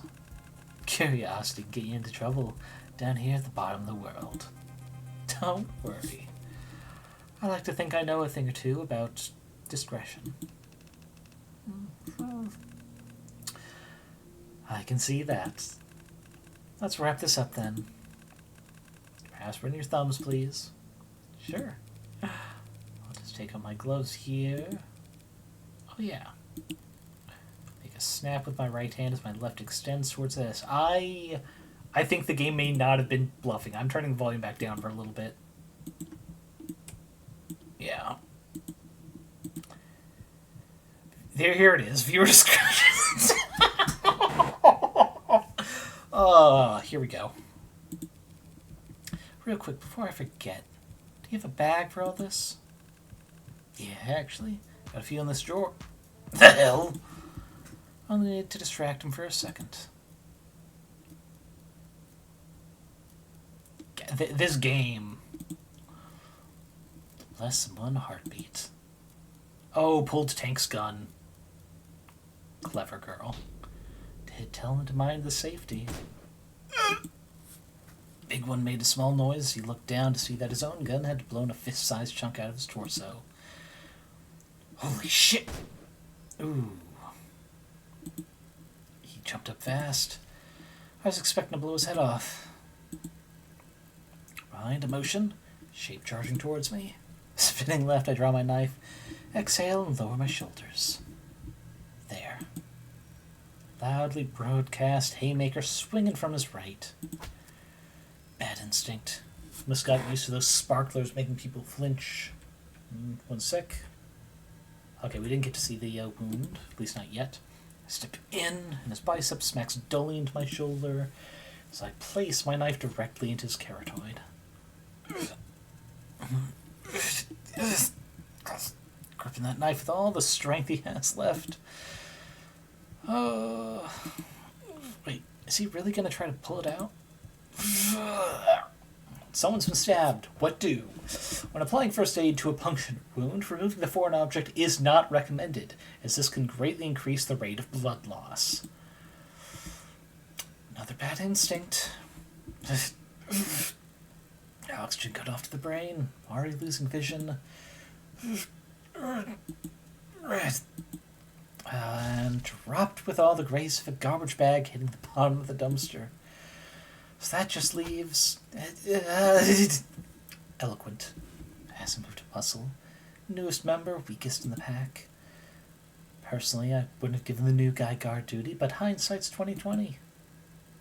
The gun's double-barreled, 2 shots, spent, and Miller still has my knife in a literal death grip. I'll have to improvise for this last one. Oh, hey! What the hell? Why not? Oh, shit! Oh, come to think of it. How do you use this thing? Thank you for the follow. Jim? I'm not sure how to pronounce the latter half of that nickname, but welcome.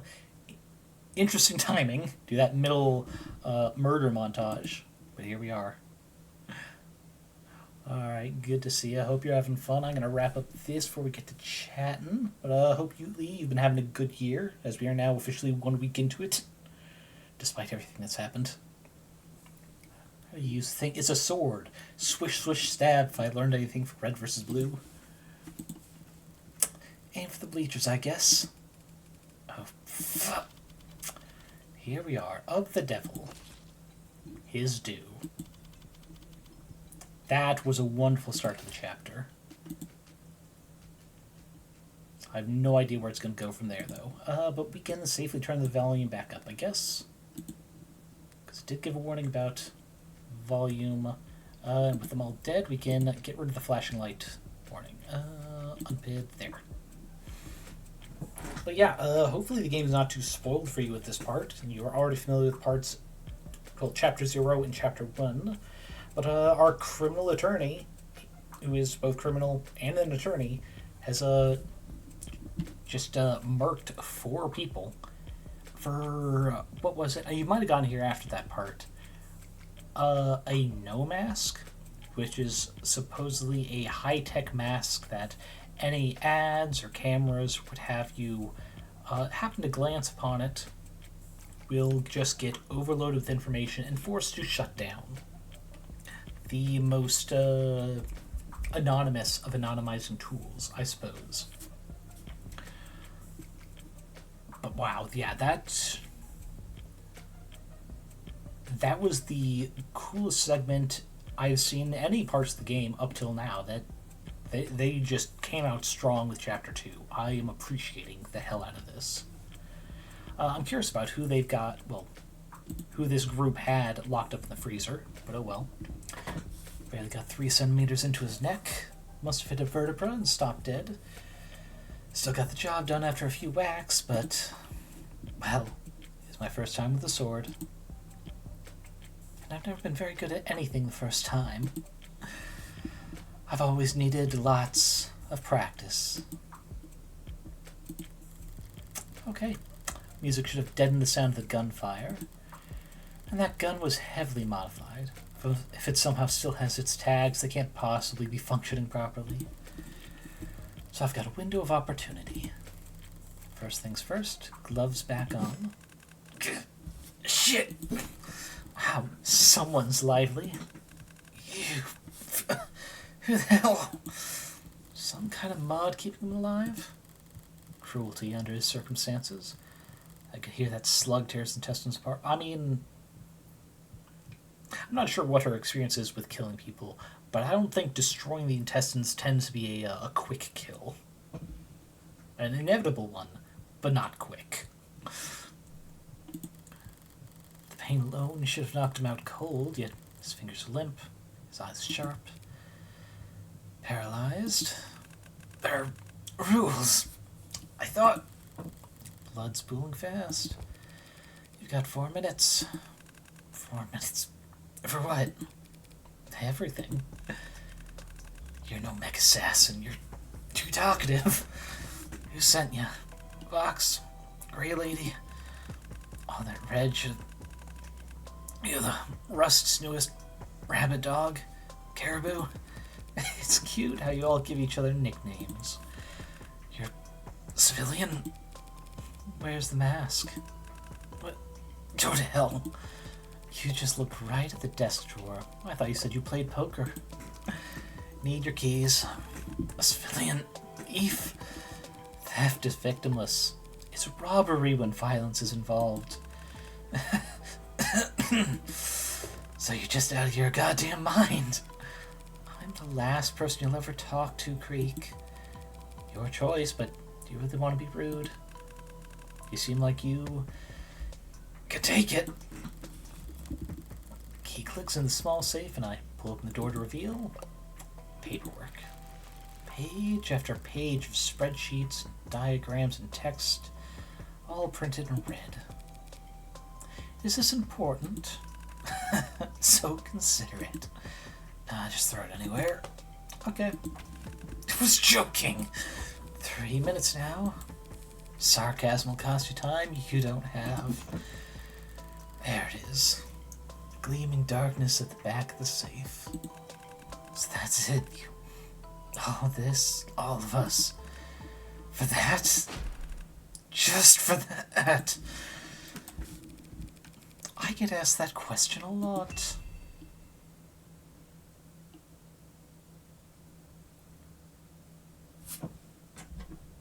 Yeah, same layer, new case. Oh yeah, you just missed an incredible scene. Instead of paying these criminals for some ill-gotten goods that she very much wanted, she, I assume, did some sort of like localized EMP type thing, made lights flash, grabbed one of their guns, shot 2 of them, stabbed a third with her knife that they let her keep for some reason. The last one got killed by a samurai sword they just had laying on the desk like a paperweight. It was impressive. Not just for her, but also for the game, because the way they did it, it was different in a very nice way.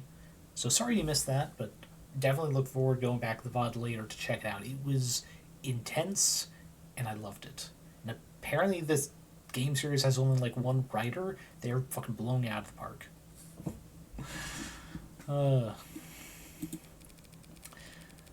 Would you feel better if I had killed you for a different reason? If I had a good reason for blowing a hole in your stomach? Would it have hurt any less?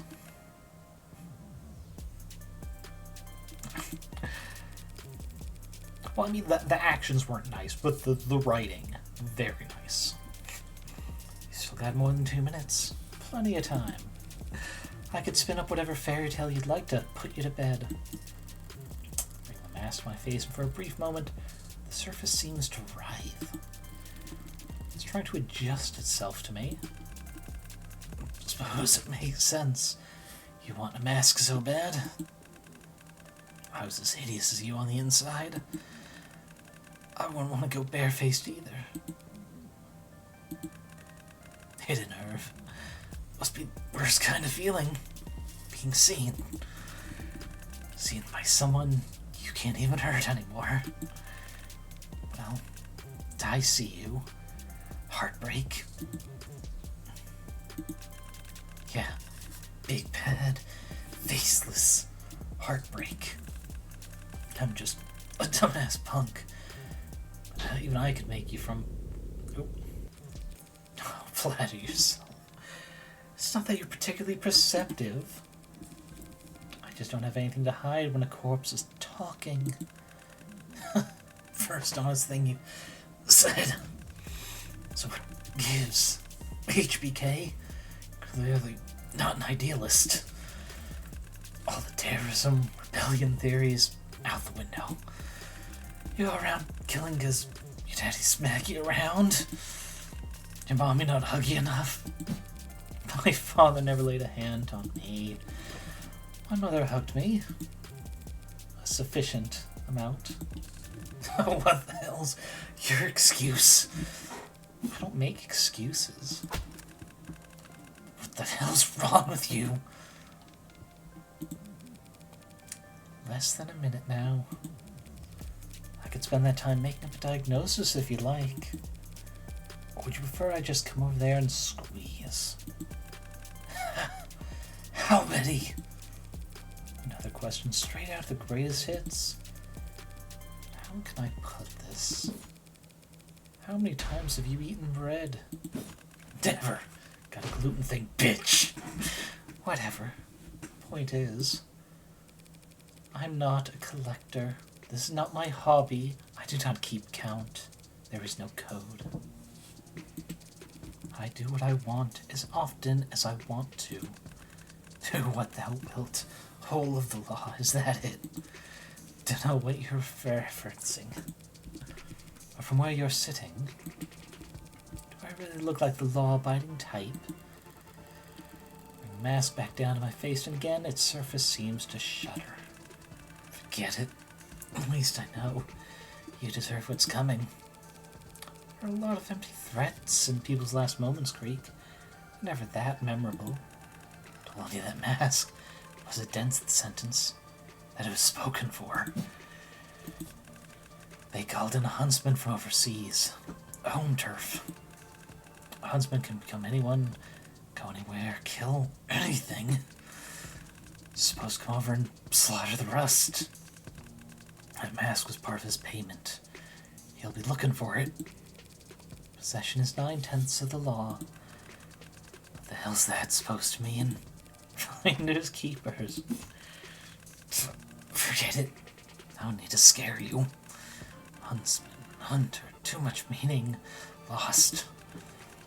Always thought better translation was pelt taker. He'll find you. Play alive, wear your skin, and go and murder everyone you've ever loved.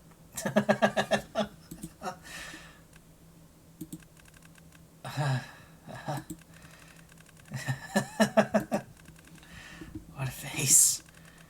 Just taking you up on tipping out early. Anything could beat dying, staring at a face. A face like that.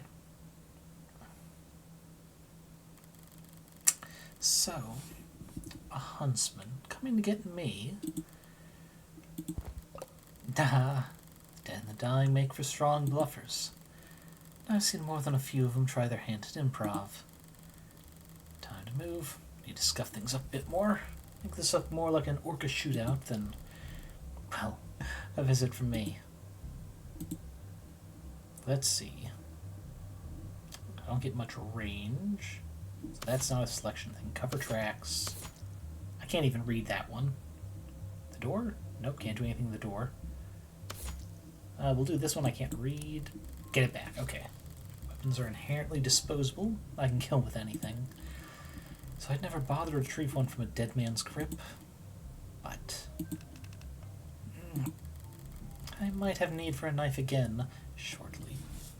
Is murder friction? Your murder friction good times last week. Actually, I feel like you got 12 rounds against Neil. Ooh. Sorry to hear that, Brazen. Hopefully you can recover well and soon. I'm in a similar state. Work yesterday had me doing a lot of bending over, grabbing trash type stuff. Shoulder still stiff. actually wasn't feeling it earlier, so I'm just going to top off on the few over-the-counter stuff I have. 1 sec. I suggest that to anyone else who may have also forgotten meds or needs throughout the day, like drink or snacks. Go for it. Okay. Well, I'll be taking this back, Miller. Your functioning is just already bad shoulder. It took front of the impact. Yeah, it's never fun. Old injuries getting further stimulation of any sort. Oof. It's just pain, but pain that does not go away is the worst, because it's a lot harder to ignore.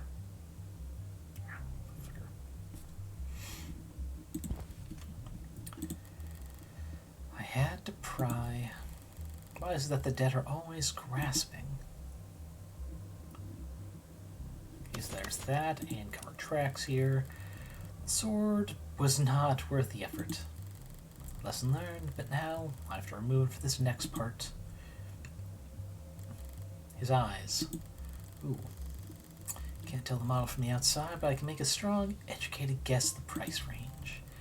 If they back up any data, it can't be more often than once an hour. It'll be 10 o'clock soon. Gonna need something with some heft to it. Ah. Skull, see no evil. Oof.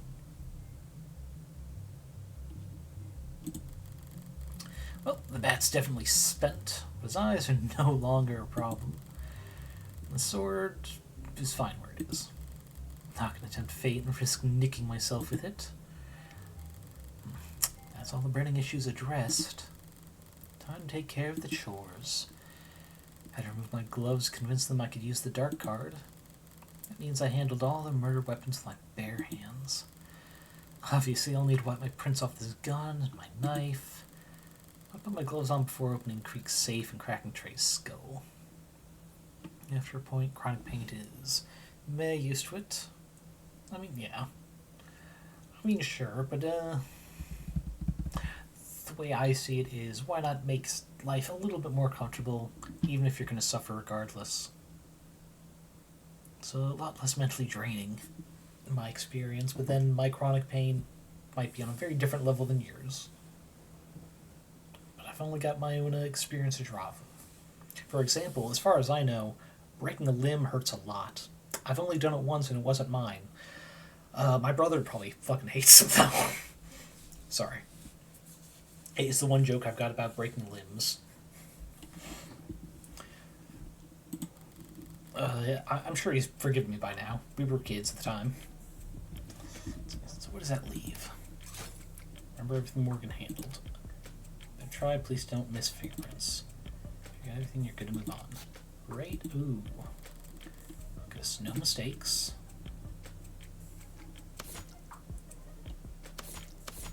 Sword. Where's the gun? Does it go any further? No.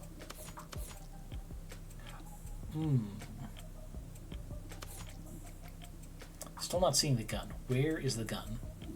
I mean, I'm sure it's not up high, but I don't like that the game can let us look up.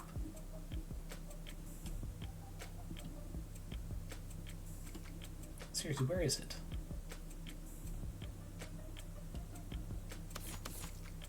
The remote.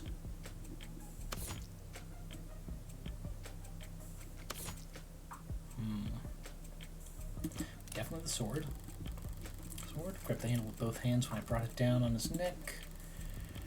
Back, I dragged the tip across the floor, didn't I? Shit, probably got Miller's blood on it. That's sloppy. And stupid. Why the hell did I... absolutely get that. Got skull fracture, concussion passed. Your skull, that idiot classmate, yeah. The funniest kind of injury is the one that's not yours. It's a lot easier to joke about. No, forget it. Nothing I can do about it anyway. Fingerprints can be wiped, but there's no clean agent on Earth that can hide blood from a modern forensics team. And I'm not looking to do an encore performance of my reaction to those goddamn fickle bobbies. The card. There we go. Dark card played its role as bait perfectly, even if it's the reason I'm having to go around wiping off prints. Never be able to pull funds off it, but might be able to use it again if it's stuck. Creek must have dropped it harder than I realized. Getting a shot in the stomach doesn't help with handling delicate electronics. Knowing I'm going to risk taking the whole reader with me. Yeah, acute pain. It's for chronic. For acute. Yeah. Hurts more, but limited time. Absolutely. It's the silver lining of the whole pain thing, for sure. Could have any number of pings and strings leading back to the manufacturer, or even the blue bloods themselves. Now I'll wipe the dark card off and then set the whole reader back on the desk. For all anyone knows, Creek's pod mugged it off some slummer. We're trying in vain to get beer money off of it. There's also return keys. Right, the keys I took off him to open the safe. Blue Bloods are going to find out I took the mask eventually, but I see no reason to give them any hints. And on the off chance police get here first, I'd rather they not investigate this as a robbery. All that's to say, you can have these back, Creek. But yeah, the gun, we handled the gun for sure. Wait. No, yeah, the remote. I thought that was when we had the gloves on still. This remote I use to distract the big guy. I'm gonna pop the prints of it, of course, but should I turn the music back off? Nah, he was playing when I first walked in. Best to preserve continuity. Besides, what was it he said? We like it loud, screws with bugs. He was right about that much. A little smoke screen never hurts. Seriously, the gun. I really don't want to miss the gun, but I have a feeling the game is intentionally obscuring it from us.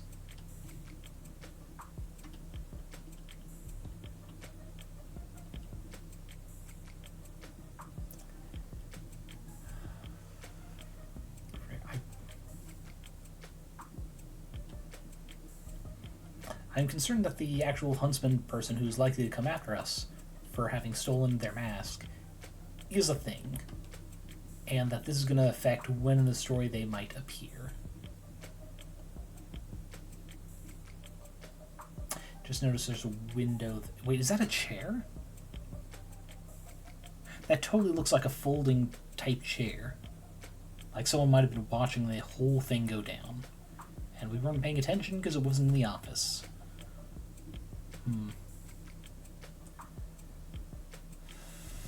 I'm gonna have to assume that's everything, because the one thing I'm worried about is not showing up. Can't exactly spend all night on this. Am I good here? Yep, call it here. Yeah, okay. This feels like the scene's been set. It's a strange sensation, raising your own presence. A sense of supremely private accomplishment. Like placing the last piece into a milk-white jigsaw puzzle, and then throwing it to the trash. It's not pleasant. I can't linger here any longer to savor it. See, it keeps coming back to the muffled voice, and that concerns me. Time to draw this to a close.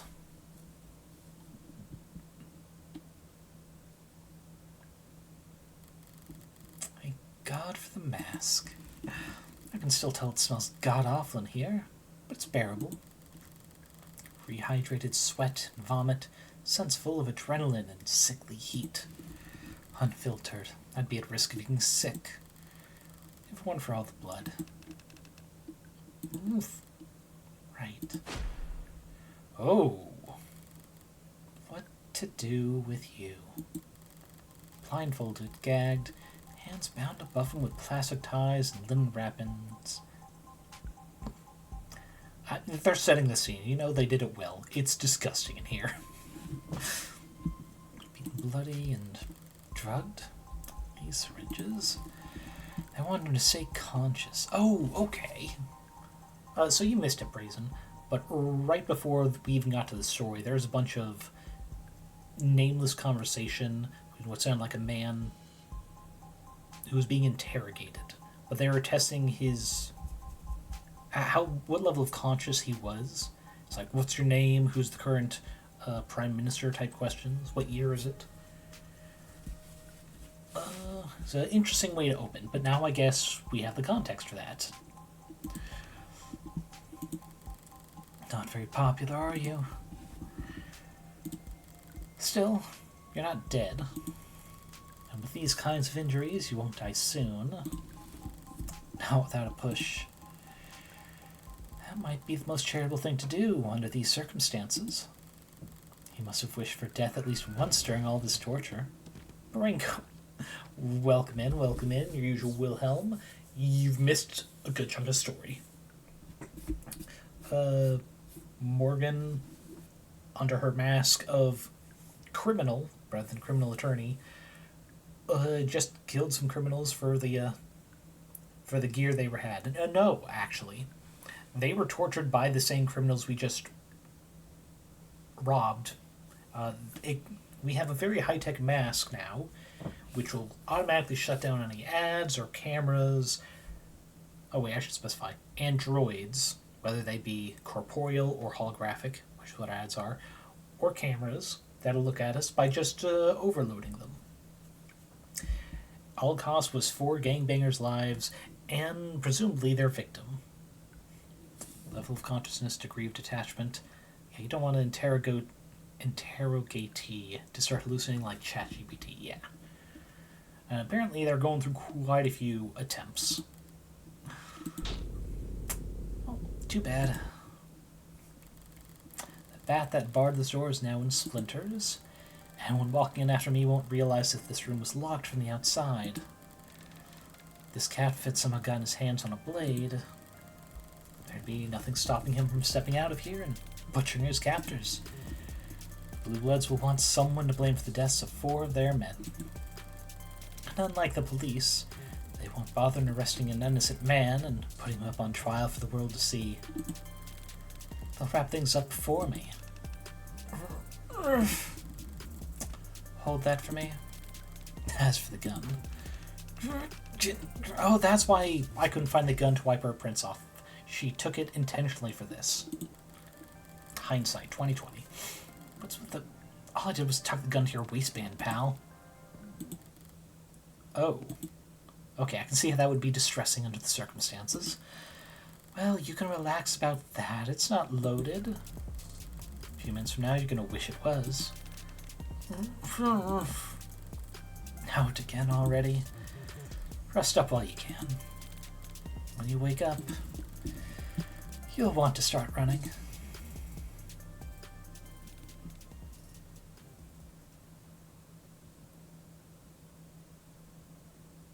Yeah. Just goes to show I'm a worse criminal than little Morgan here, because she thought ahead by keeping the knife and gun specifically for him. How's the robot daughter? We haven't seen her yet this chapter. Oh. Apparently she's been practicing something, though, so perfect timing for asking about Serra. Like Wait, no, what was the voice I did for Serra? I know Morgan I tried to keep like a feminine but husky. Serra...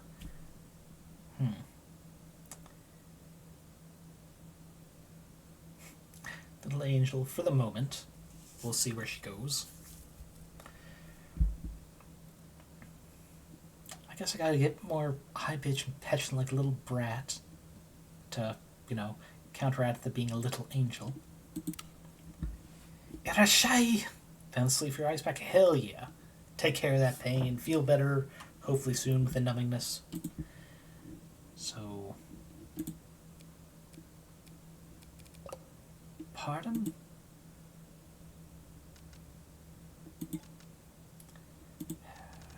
Keep working on it, kid. Okay, there we go. Bar Kintsugi. Wonderful name for a bar. Simple, to the point, probably a sake. Didn't mean to interrupt you in the middle of training your new employee. How's it working out? Ugh, she's... Is she, right? Never worked this close with an ad before. She is unbearably forgiving, so I doubt you'll get sued. Yes. I'm sure it's had some rough times. Battered around a little bit, but a little elbow grease and perhaps some heat to fix. I've lost track of the metaphor.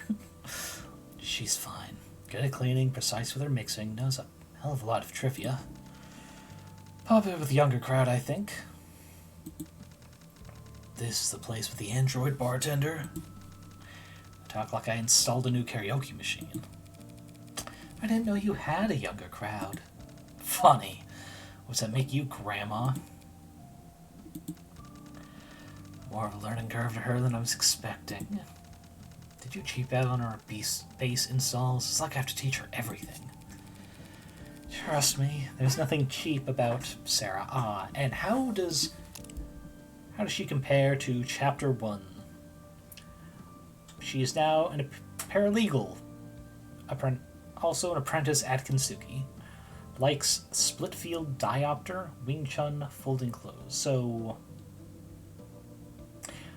God, am I misremembering? Is Wing Chun a style of martial arts? Or is that just a specific person I'm thinking of? Anyway, no idea what a split field diopter is. But dislikes mops, fire alarms, and variety packs. I understand the hate of variety packs. It tends to be cheaper just because they can easily shove all the less popular stuff in there. But why mops, Serra? What you got against mops and other cleaning equipment? Useless talent can do a full split, but that is not use. Being able to do a full split is useless in the terms of capitalism, for sure. Favorite quote, as you think, so shall you become. Confession, try to use atonized makeup and broke lipstick. Serra, beloved. So, oh yeah, and I'm pretty sure it wasn't like this in the previous versions of the game, but this reacts to us fiddling with it like this. I remember fiddling with it in the last chapter. I had to like swap between the hangers on for them to start swinging. Yeah, as you think, so shall you become. This feels like a literalization.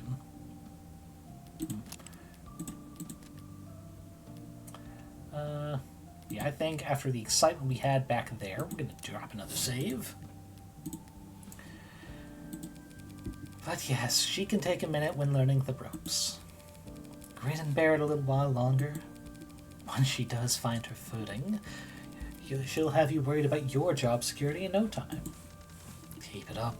I didn't have to do you the favor of hiring her, you know? Favor? Plenty of people out there who would kill to work at an up-and-coming, bespoke establishment like Bar Kensuke. I think I hear them pounding on the door now. Technically, legally, you didn't hire anyone. I generously agreed to loan you my android during the hours when I have no use for it. These kinds of arrangements aren't uncommon. Androids can, in theory, work 24 hours a day, indefinitely. But their users can't. Parents come home from work and people go to sleep. Staff take lit holidays. Offices close for the night. The end result of all that slack is that a lot of androids spend a good portion of their operating time waiting around.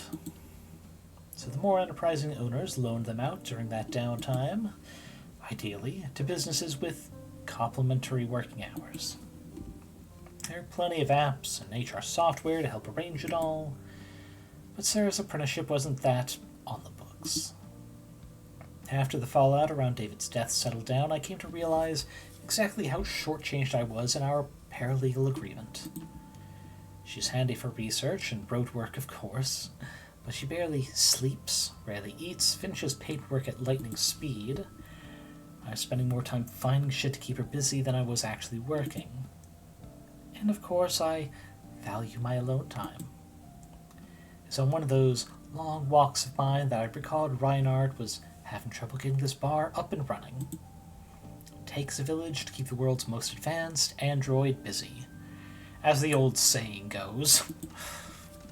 Yeah, alone, whatever. Sarah's the one who clocks in and clocks out, does the work, cleans the bathrooms. She's the employee. If she was an employee, you'd have to cover her benefits. Not my current income bracket. I checked 3 times. Wait, you're not taking her paycheck, are you? It's not a paycheck. Don't lawyer me on this shit. Sarah can't earn a paycheck. She's not a person. She walks like a person, talks like a person, and works like a person. The Supreme Court disagrees by 13-0. Yeah, well, Supreme Courts have been wrong about that kind of thing before, haven't they? Ooh. Pretty sure I know what he's getting at. Do I hear a touche? Touche. Sarah, tell boss here what you spend your salary on. Alright, let us learn about Diamani, owner-operator of Kintsugi. Likes libraries, boating, fast learners, dislikes marketing, solicitors, and signing things. Big mood on all three. Collects ancient coins, really. Pet peeve web pages that take too long to load. Oh, Lord. Don't mention the speed at which Kintsugi site loads. You know what? That's fair. No one likes a hypocrite. But a hypocrite rarely likes those who point it out to them. Long I take that more means killing someone. I mean, she just came back from a very long walk. A very productive walk, in fact. So I'm going with yes. That is exactly what she means. But also, like, I know this is supposed to be cyberpunk dystopia type bullshit. How slow is that gonna be? Like, are we talking ye olde age of dial-up internet? Or is this, like, more than 10 seconds? Because, like, 15 seconds nowadays is where I go, it's like, okay, something's going on with this site loading. But if everything else is... Sorry, if everything in the future is just instant load, already open before you're done hitting enter, pretty much, 10 seconds would feel like a hell of a lot of time. I'd give him that much. Also, one more flip. Yeah. Sorry, have to have best girl on the phone every time I need to open it. I have started purchasing cases of wine. What? Wait, that's what those deliveries were? As the wine appreciates, its resale value will increase. Especially if I can predict which vintages will be in high demand. Since I don't have a bank account, I can't earn interest in the traditional sense, but if I stay up to date on the sommelier reviews. So you'll resell the wine at a profit, and what'll you do with that money?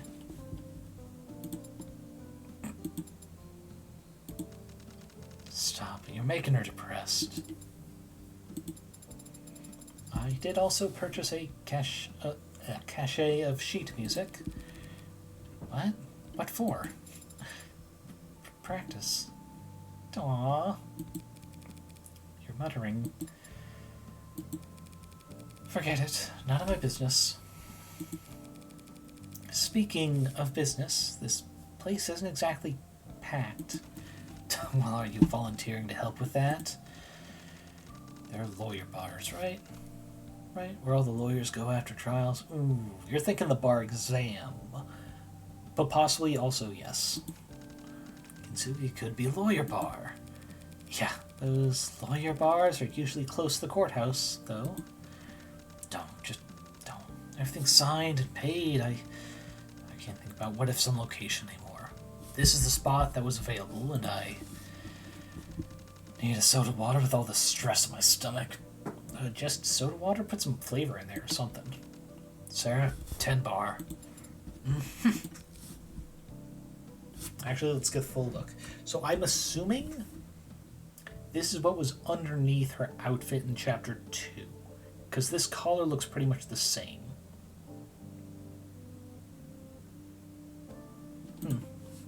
That's very nice, very simple. While still having some small amount of class. What are you buying, stranger? What was that? Boss has been teaching me his bar-side manner. He says that his clientele expect a certain degree of maturity when they come here. And so you're using a deeper voice. Oh, I went in the wrong direction. Damn. Is it not working? Please let me know when you're ready to order. I can look around here. Oh wait, is this the time where I can find some newspaper or article to read? Yeah, there it is. I can inspect the walls, the cat, and peruse the drinks. Alright, let's start with up high. Inspect the wall. Brain must have searched for months to find affordable underground real estate that wasn't flooded, or already filled to the brim with server farms. Putting Serra on cleaning duty was a good call. If any of the tiling in here starts to grime up, it could start feeling like a subway station bathroom real fast. Alright, the cat. It's a lucky cat. Yeah. Did you say something, Adonai? No. I suddenly got the strong impression that there was something you wanted to say. Serra the mind reader. Don't know what you're talking about. As you say. Wait, Neko unlocked. Wait. One sec.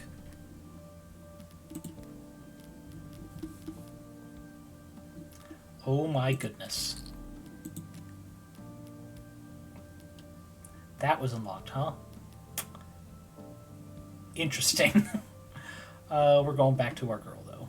Where is... Let's go, Serra. Alright, we'll get this out of the way, and then we'll end on inspecting the drinks. Did someone leave this behind after their lunch break? Could be trouble if they left anything work-related on here. I'll help them out by throwing in the trash after I'm done reading. Sirius debuts new fuel, named in new lawsuit. Oh, get a drink for this one. Oof. Alright, remember this game tests and rewards media literacy. Last month, Dr. Sirius made waves in the scientific community for the dozenth time in their storied career when they announced that they had patented the process for distilling a new helium-based fuel, one intended to replace hydrogen in combustion engines, ranging from personal vehicles to full-size freighters. Only a few days later, they made headlines again when that patent was leaked to the global net. Now Proteca, an investment firm and longtime financial backer of Dr. Sirius, has filed a lawsuit alleging not only that Dr. Sirius failed in their responsibilities to protect their investment, but actually allowed the leak to occur. We sat down with Dr. Sirius to ask them to respond to the suit's allegation and to question them about their recurring legal woes. For those who may not be familiar, what makes your process for distilling helium fuel so valuable? In this world, if you're not plugged into an outlet, you're running on a battery or you're burning fuel. Batteries are useful, but they scale poorly. A battery-powered phone is light enough to be weightless in your pocket. A battery-powered plane couldn't generate enough lift to get off the ground. Now, aside from a number of closely guarded national reserves, there are no fossil fuels left. The wells were pumped dry years ago, so after we were forced to adapt in a rather abrupt period of growing pains, hydrogen has become the global standard for fueling long-distance machinery. Therein lies the problem. The plane I took to get here runs on hydrogen, produces nothing but water vapor. What's the problem? The problem is the laborers fueling your plane before it took off had their fingers crossed the entire time, afraid that if the absolute grounding field failed, one static spark could blow up the whole airport. What makes helium superior? The helium-2 fuel we've developed is not pure helium, to be clear, but near enough. Unlike hydrogen fuels, what we've created is non-combustible. You could fire a flamethrower or a tank of it and remain perfectly safe. How does a non-combustible fuel power combustion engines? He2 is He2 is non-combustible, but in the presence of our specialized catalyst, it can be ignited to generate force comparable to, or in some tests superior to, the horsepower exhibited by hydrogen engines. What's the catch? So far, it's expensive to distill, and the catalyst materials are even more expensive to produce. We have yet to even simulate a profitable commercial flight, for instance. That's a pretty serious catch. Steel wasn't profitable before the Bessemer process. Things panned out for the steel tycoons just fine. That's actually a good point. Are you hoping for someone else to do that? Improve upon your that process. I know where you're going with this, but the answer is yes, of course. I'd be overjoyed for someone to improve upon what I've built. That's essentially what Proteka has accused you of doing, isn't it? Leaking your data intentionally, so that others around the world are free to start experimenting with it. I don't think it's legally wise of me to try and summarize Proteka's lawsuit against me and my laboratory. Listen, energy is limitless, it cannot be expended. By that virtue, there cannot be a scarcity of it. You will never have a monopoly of it. And since it is infinite, the correct market price for it will, over a long enough timescale, trend to zero. I don't think I'm being cynical when I say there are people who don't like that very basic math. I'm going to stop you there because you're getting into our next topic, your politics. Do you consider yourself a political person? No. Are you, or have you ever been a member of the Communist Party? No. Do you believe science should be apolitical? Yes. I have a comment to make on that, but it can wait, in case it's answered. So, why is it that you are so frequently invoked as an example of the liberal bias in the sciences? Science is not political. Science is progress. Moving forward, learning more about our universe, deepening our understanding of its mechanics. And that process will never be conservative. Science doesn't move backwards. Calling all conservatives backwards is not what I meant, but you're free to interpret as you like. What's not open to debate is this. What makes something science has nothing to do with who works on it. It has nothing to do with class, or power, or money, or even majority rule. Science is reproducible. No miracle is required. Miracles are prohibited. If one person can do it, anyone can do it. And so science is inherently egalitarian. If someone feels that because of that, science has a bias against them, that speaks only to their own politics and not the failings of the scientific community to log in to your Review Plus account with your passkey or net provider to finish reading this article and see so much more. So, one thing I'm going to talk about. Let's see, where was it? So, in a sense, they are correct. That the science itself is not political. It's how it's used that determines the politics behind it. To an extent. What I disagree with is... where was the exact line? Actually, where was it? There was a specific one I saw after I said... Touch back on it, wasn't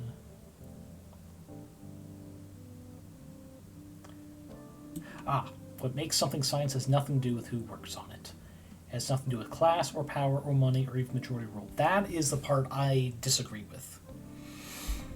And I'm going to go to a dark part of history, because it's very blatant in the attempts to do a science.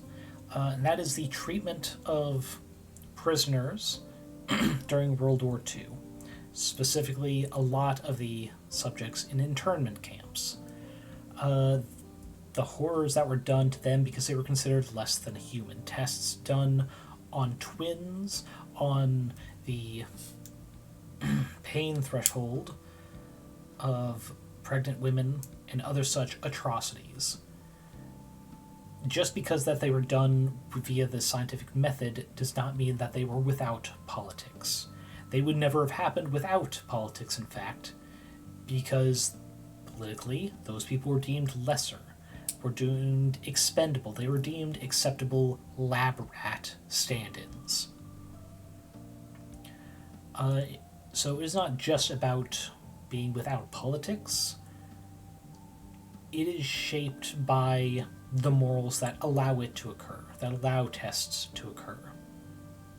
Even in the US, as bad as some of our politics are, it is a lot harder nowadays to do human testing without a proven record of already testing on lab mice and primates and other such animals, which admittedly are a bit more expendable due to not being considered thinking beings. A definition that is imperfect, because there are certainly racist arguments against certain people and races being considered not thinking beings.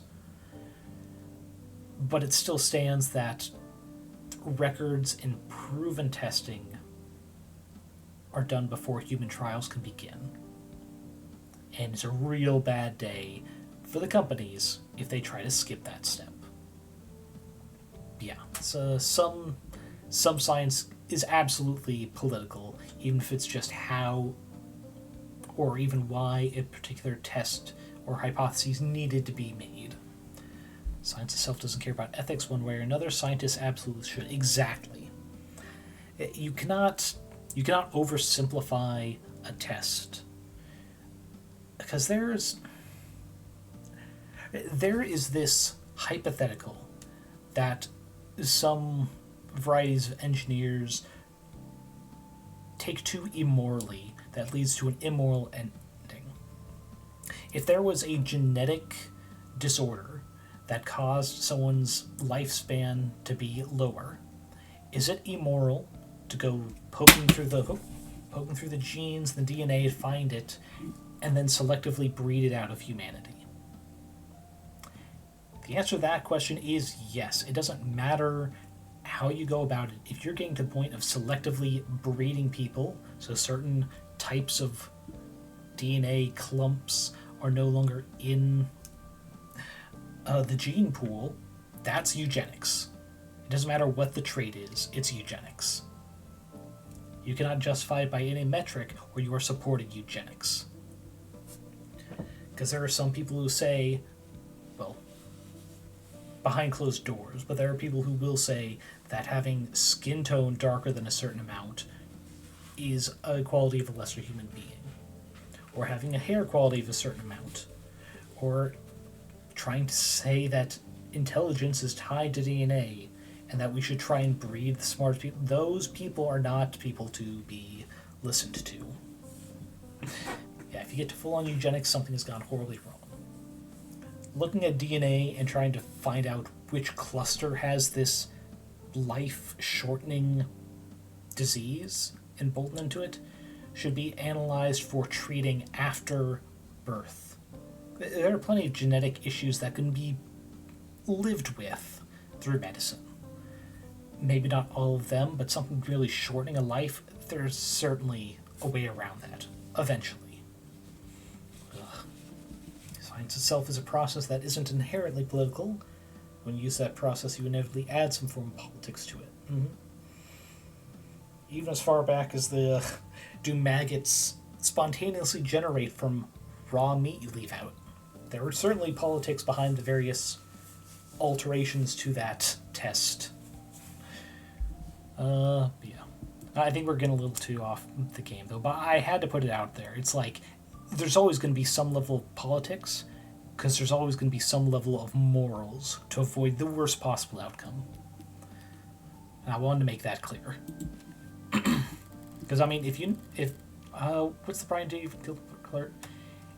If someone had to tell you that for you to understand it, I'm glad I told you that. Pop sci figurehead Sirius sure keeps busy. Guess I don't have any evidence proving they aren't legitimately brilliant. But I can't take seriously anyone who guest stars on TV that much. Can't deny they seem to be making progress with new kinds of...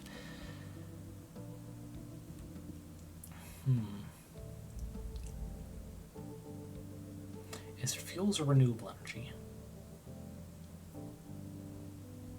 He only talked about fuels, so I'm going to stick with that. Yes, okay. Nice, I got rewarded. New fuels. Some of the only new fuels we've seen in decades. I mean, honestly, isn't there, even nowadays, a shortage of helium? Because we use it in a lot of scientific processes, but also helium balloons. Like, it's possible to renew, but it's not easy or cheap. But yeah, I had to think of that. Oh, thank you for tossing fuels up there. But I had to think, it's like, they talked about the size of batteries not scaling well because battery-powered plane can't even take off that. So I had to, double-check, was there anything else? Because thank you. Could be decades longer before it's actually practical, but any new fuel has to be less volatile than hydrogen.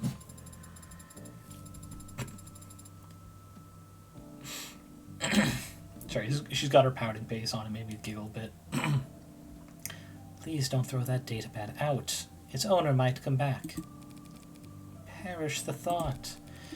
Though, now that you've planted the idea into my head, a self-fulfilling prophecy.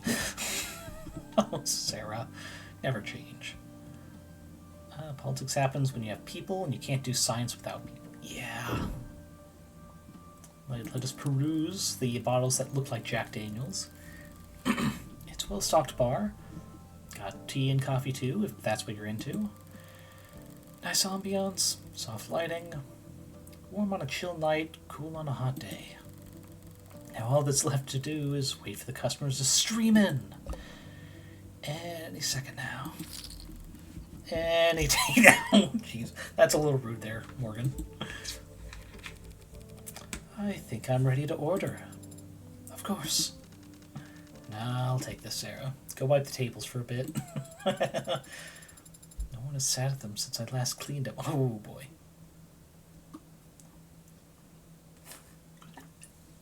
Alright, looking like Brayson might have some more on-topic stuff for that eugenics thing, but it is worthwhile to read. Part of the problem with the idea of removing a life-shortening gene is that the DNA molecule is an incredibly vast flustercluck of interlocking mechanisms. We can't know if removing that one gene expression from species will impact something else, such as predisposition for neurodivergence, certain cancer variants, or susceptibility to certain medication. That is absolutely true as well. But it was admittedly a simplified version that a lot of engineers do not think through clearly enough. And there's nothing wrong with going purely logic and trying to ignore the emotional basis to a question like that. But it does kind of ruin things like the trolley problem. It's like, clearly, it's not. We shouldn't worry about these tracks at all. We should take care of the guy tying these people to tracks. It's like, that's not the problem. It's like, okay, then we'll just switch the tracks right. It's like halfway between the vehicles, so it just splits between both. And it's like, no, that's engineer. That's not the problem we're addressing either. It's a more anyway. So many people have already done that joke before about engineers. XACD comic has done that several times actually. It's like, and that's why engineers are no longer allowed at these conversations. Then pretend to clean them like a normal employee. Understood. She wants to feel normal. What's got you so tense? Oh yeah, thing like engineer work. Yeah, we're great for everything outside the realms of life, psychology, and practicality. Though honestly, actually, some engineer thinking like that needs to work its way into the upper ranks of management. It's like, I think we can sell 1,000 of this product in this week. It's like, my guy, shut the fuck up. That's not how things work. Besides, murdering the guy tying people to tracks is basically the same as pulling the lever. It's like, yeah, it's like, gosh, what a question. It's just saying if we just kill one person, we can save so many other lives? Man, crazy. Crazy how that works out. What's got you so tense? Take a wild guess. Did Serra ask for a raise? Be serious, Red. What happened last night? Your information was accurate, for the most part. A pot of mid-level blue bloods had it. Seems like they were told to sit on it. Were they willing to sell? Nope. Laughed at my price, called me a spoiled Meg, and kicked my butt out the door. Wait. Hold on, wait. Who is this guy? Hold on, let's... Who the fuck is this guy? He's our information broker. And he was even curious if they were willing to sell. We're lying to him, obviously, about the fact we killed them all and stole it.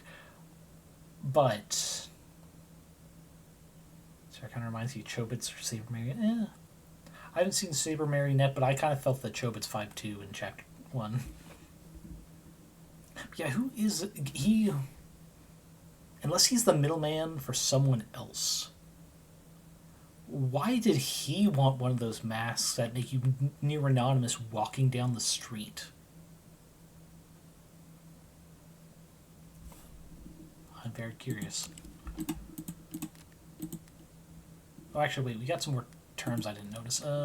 Data pads. Yeah, we know what that's the little iPad thing.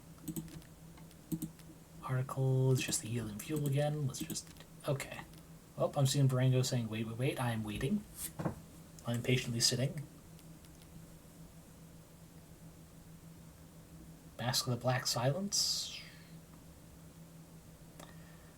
I feel like you are referencing something I do not know. Library... Oh. I don't think I got that far in the story.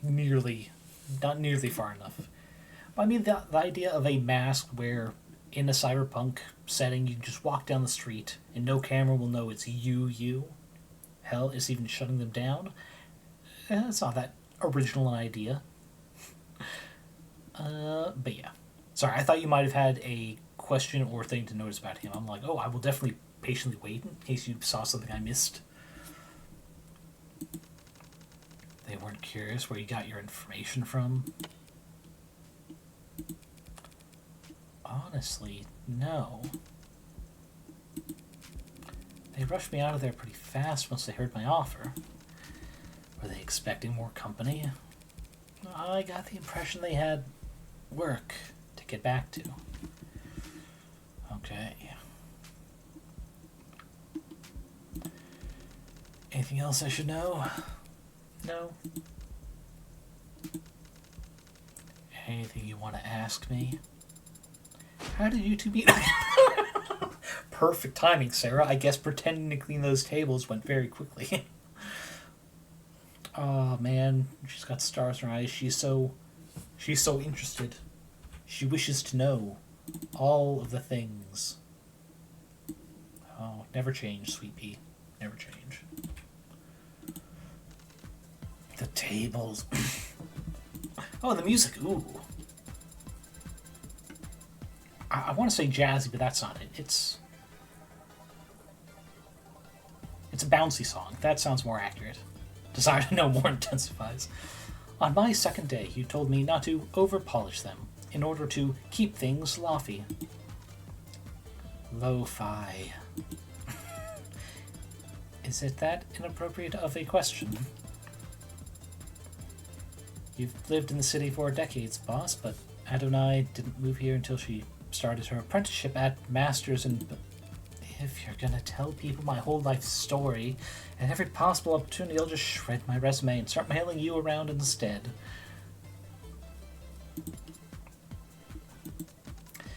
How we met, huh? Well, that story is not very good. I'll skip to the end and cut to the heart of our relationship, Serra. I pay Reinhardt a finder's fee, and he tells me where I can get into high-stakes poker games. It's not a lie. Now you know my terrible secret. Disappointed? It's not illegal to gamble. I don't go on my phone and wager my paycheck stubs on point spreads. I gamble. And since I can't afford the entrance fees for one of those anonymous basketball Cult 5 blimp casinos the rich go to, I count on your boss here to find me tables to play at. Guilty. That lighting ring above Morgan's head looks kind of halo-y. I mean, yeah, but also noticeably it's not over her head, it's off to the side. Because the closest thing to an angel she might be is a fallen one. That's probably why I like her so much. Never mind. So you traveled to the lower wards to gamble illegally. Truth be told, I've had my suspicions. Seeing you go out at such odd hours without so much as your phone, you gonna turn me in?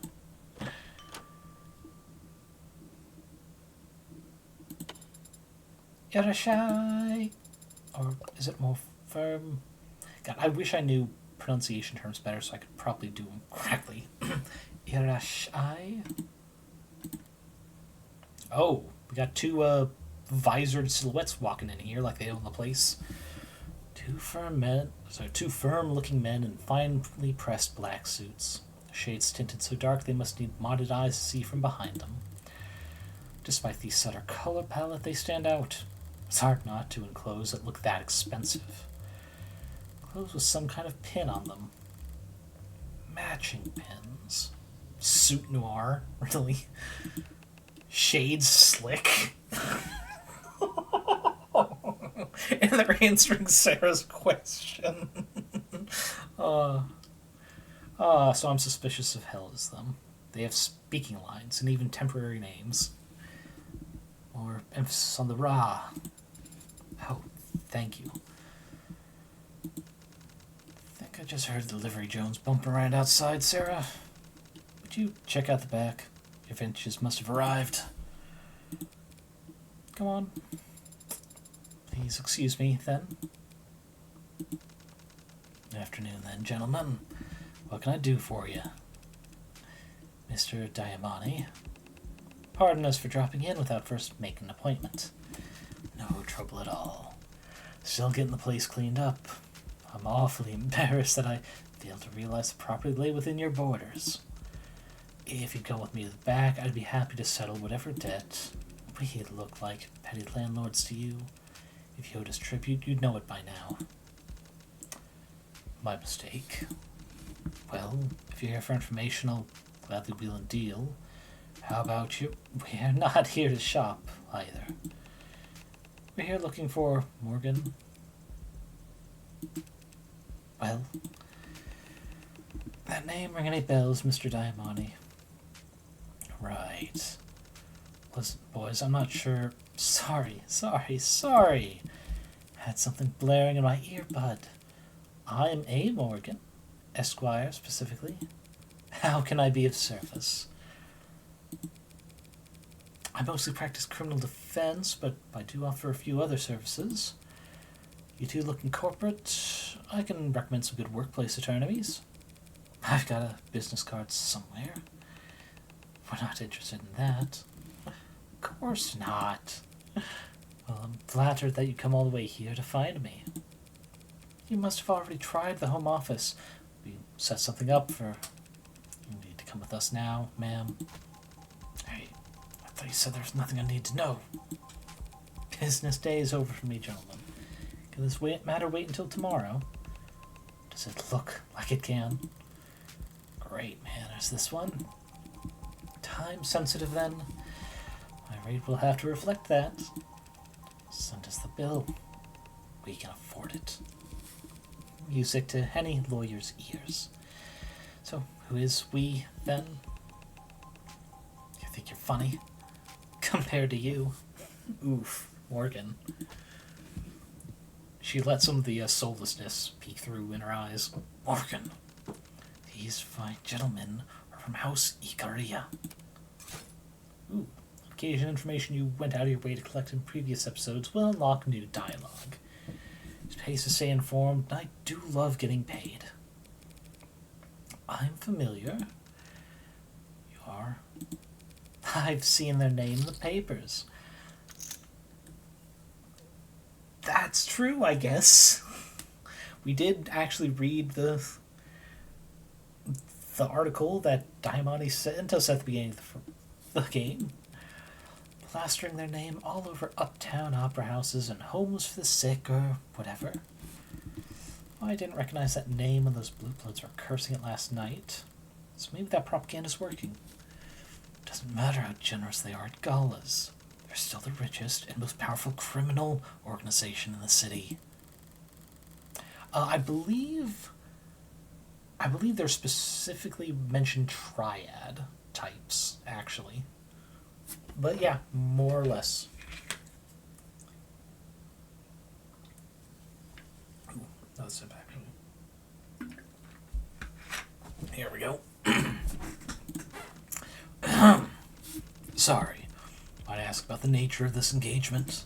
The situation is developing, Mr. Diamani. We appreciate your patience. That's not what you want to hear. So I gathered. Your presence has been requested at the family estate, ma'am. For business, or... The Ikaria are always business. I just noticed speech to text caught that as President Korea. I'm not even sure where I got the hard P sound there. Actually, let me test. Ikaria. High Korea. Close enough. Shall we get you your coat? Such gentlemen. Knew those suits weren't just for show. I can see myself out just fine, though. How don't I? What's going on? Are you going somewhere? That's why they pay me the big bucks. These men are very athletic. Perhaps I should come with you. If they want to arm wrestle, you'll be the first to know. Call me when you get there, yeah? If I'm actually in danger, I won't even be conscious when I arrive, but I appreciate the thought. Yeah, this game is getting spicy in a direction I was not expecting. Boss, who were those men, really? Who clients from Morgan, really? Hopefully. Hopefully? Yeah, hopefully. Because if House Ikaria puts her on retainer, she'll be able to buy you as much wine as you like. Really? That's all you need, Serra? It's like, she'll buy me wine! But what do you mean by house? Alright, pay attention. If I'm gonna lecture, might as well try to teach. Start with ice. You want a lot of it below surface area, so never use crushed, okay? Starts to melt into the liquor, waters the whole thing down. Understood. 1.5 ounces vodka. What do we look for in a good vodka? Smoothness. Correct. It's the mark of quality, making the bitter go down easy. So, the nobility. You know what that is? Historically, the ruling class, as enforced through economic or military might, and maintained by familial relationships. Juice of a full lime. Look for a little spring and consistent color across the skin. Nobility, old money is another word for it. The older it is, the slower it moves. Only so much wealth you could accrue in one lifetime, collecting from serfs and selling horses. But the Industrial Revolution comes along, shows the whole world what real wealth acquisition looks like. Then you get new money, which always dwarfs old money. Inflation and split inheritance shave away at any generational wealth that's liquid. For those of you unfamiliar, money that is liquid is money you can easily spend. If you have something in, say, bonds or stocks, that's it. Stocks or bonds, how liquid it is depends on how quickly you can convert that back into spendable cash money. So he's saying it's like if your money is just sitting away in a bank, always easy to spend, it's not going to grow as much as money that's in companies and locations, is what he's getting at. Now, new money and old money, they don't like each other. Doesn't new money eventually become old money? If the old money can help it, no one ever becomes old money. Triple sec, 1 ounce. My family was new money. Try to make the transition. Join the right clubs, shake the right hands, make the right marriages. Laugh at the bad jokes. Bad jokes can be entertaining in their own right. Not the kind of bad I'm talking about. I don't understand. That's alright. You shouldn't need to know. But what do you mean your family was new money? Guess all the money is stuff like land industry, nobles. Yeah. It's stuff that's worth something in a sense. The sort of things they'll say, it's like you can't put a price on that until they have to sell. Times changed. About 30 years ago, recession, depression, civil unrest, political upheaval. Most people, they were so scared they could barely think about tomorrow, let alone next year. But a decent man's chaos is a cruel man's investment opportunity. It has great value, but you can't spend it at McDonald's. So while everyone else was panic selling off everything they could to buy food and water, a certain type of personality was buying for pennies on the dollar, as it were. Give me a peel from that lime, as shallow as possible. Any white you see is just bitter. 1 ounce gin. They were rough years, but they passed. At the end of it all, some were left standing with a lot more than they came in with. New money. A new kind of new money. The new nobility. Neobility, if you're writing a think piece. That was the second half of the 21st century, and it's only 2074 or thereabouts, if I recall correctly. Definitely past the 2070s.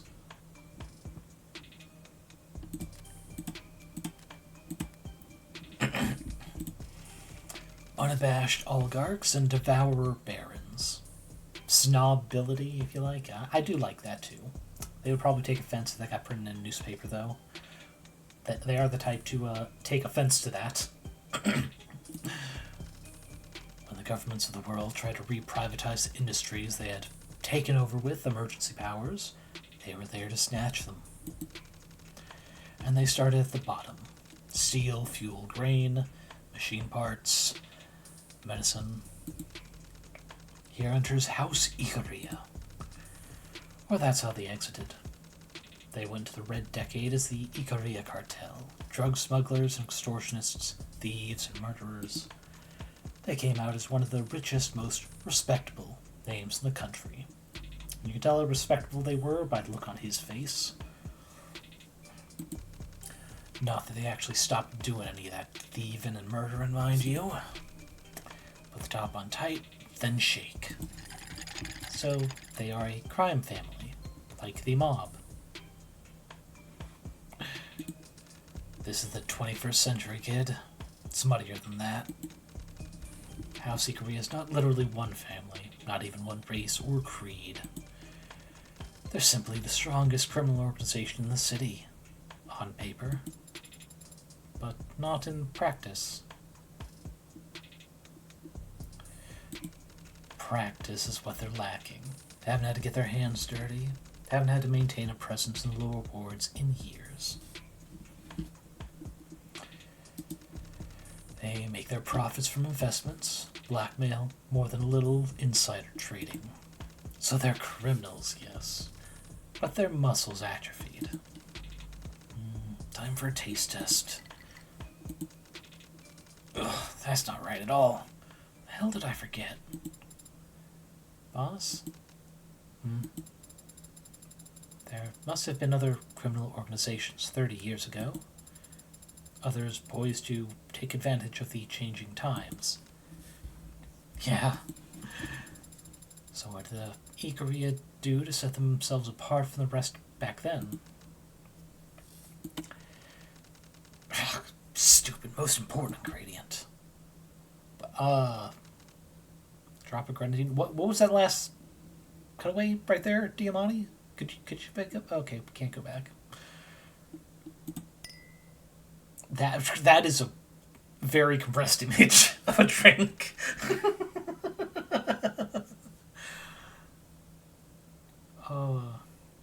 Child's blood and child labor, yeah. Yeah, a lot of things works like that, huh?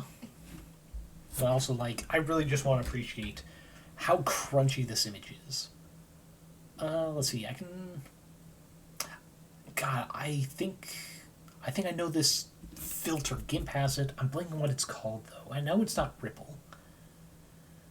But it's typically what I go to if I want slightly frosted glass look. I do this on a lighter blue. There's that, but also... what is it? Posterize. I think they did a version posterize on this. Because just how hard a cut between some of these colors are, it really feels like it. But anyway, back to actual game stuff. The Lady Maria. It's beautiful. This is nothing. We use a frosted glass. This was for a customer. Looks like a ruby in the right lighting. What's the photo you saw? First thought was, holy crap, that's low resolution. Follow quickly by. Oh, it's a knit sweater. Yeah. Yeah. So if you don't take a picture of a knit sweater just right, I could absolutely see that. If you do end up helping Red work with the Ikaria, don't let the warmth of their golden furnishings confuse you. All that glitters is cold.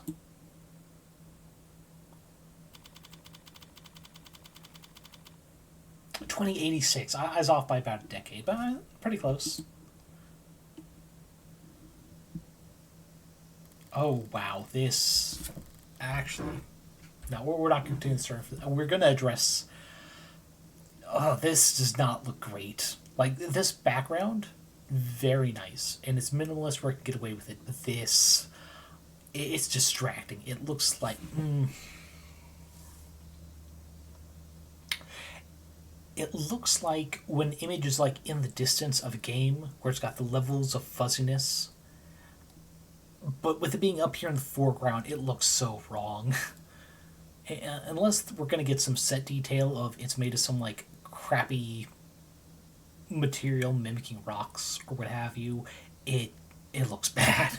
It looks really bad. Though... I'm assuming they have some kind of, like, force field type thing here, though. Because it does curve, and it's got the hexagon looking through. I guess that's part of the canopy, that's what it's called.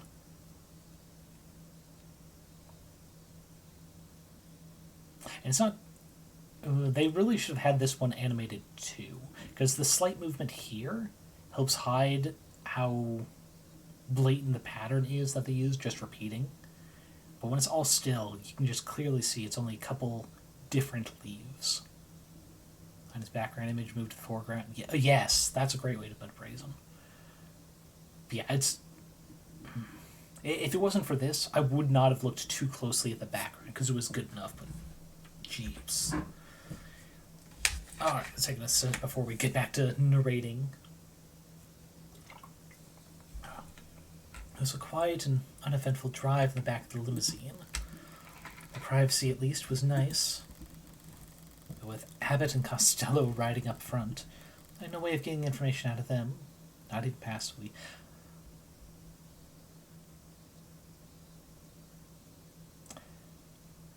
I'm sorry, it's like, as good as Abbott and Costello are, you think they're still going to be relevant in another 50 years' time? 60, no. 60 is 86, that's right. Like, nothing against them, but I feel like that's plenty of time for other greats to get picked up. So instead I spent the whole ride trying to play out all the different ways that this could go. I haven't liked any of them so far. I suppose I should have felt relief or gratitude when they pulled up outside of an imposing skyscraper instead of an alley. Relevant? Probably not, but they did have some pretty homeless... Oh yeah. Absolutely timeless stuff. But it feels like, I'm sure everyone in the chat has at least seen the buying clothes at the soup store skit, that one abridged series guy does. But it feels like if someone else did the same thing but mixed it up, because like there's a Dark Souls parody of that. I think it's in French, but the subtitles are in English, where it's the same thing. It's like, why are you looking for the sun in the abyss? Fuck you! It feels like Abbott and Costello are old enough that one of their jokes being remixed like that would somehow get more fame or be remembered by someone in the future, you know? I suppose it's a good sign that no one's put a bag over my head or stuck a needle in my neck. But I don't feel like celebrating. For all I know, they really don't have a clue about what I did in the lower wards last night. But for some reason, they place their attention on me. And there's little I hate more than unwanted advances. I'm also not a fan of being made to wait. Actually, now that we have... There are definitely fish in this pond, moat, whatever you want to call it. But that previous scene, they looked kind of like sharks. The water rippling visual is actually kind of good. It, I want to say it almost makes up for the rocks out front, but they don't. They're just impressive. In a separate state, make a more recent comedy pair would make it a bit less comprehensible. Yeah, I guess.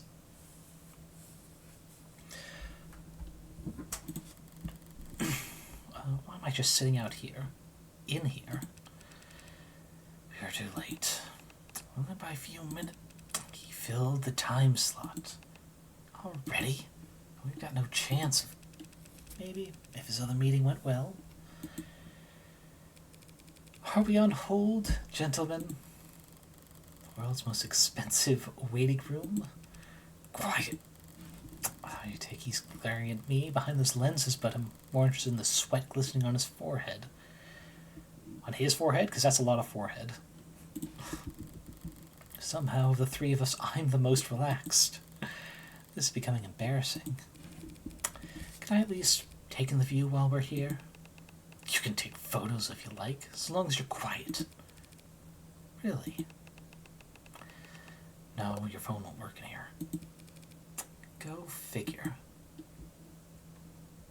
Well, we can look around. And after this look around session, I assume we're not going to have time for much else, so we'll leave it off there. Let's see, we've got a read thing there. Admire the scenery. Go fish. Actually, I want to start with the fish one. I'm hoping for a better close-up of what's in this pond. Okay. I kind of got what I asked for, but it's a super Ripley area. What the wait. Game. You messed up the layering. Oh my goodness. Do you see the size of the leaf that must have gone behind this? Okay. At least their writing is good. I'll give them that. I will forgive minor art visual mistakes such as this layering. Holy shit. It's disappeared behind the water in the distance. I mean, I guess it's possible. It's possible all of these leaves are holograms, because who wants a dirty-ass real tree in their cyberpunk fashionable garden, I guess. But I'm saving there. Because I'm going to come back and just enjoy the just realism broken there for a second. If I weren't hyper-aware of the flickering sky hanging over my head, this could make for a lovely watering hole. But those probably aren't even real fish down there. Literal children are capable of keeping goldfish alive, so of course the 0.1 percenters can't manage it. Oof. Sweet burn. Maybe they'd spin it. When their pallid bodies float to the top because some idiot raised the water temperature 2 degrees, they'd certainly be easy to scoop out. If you're an impatient, undignified idiot, you can argue that's an efficient way to fish. Alright. Let's see. The illusion isn't unimpressive, I guess. Windows into the heavens sparkling like raindrops across a puddle. It might even be appealing if it wasn't trying to be something it's not. You look up and see hexagons above you in the lower wards too. Rich or poor, people just can't imagine themselves under an open sky anymore. Isn't that depressing? Not even in their wildest dreams.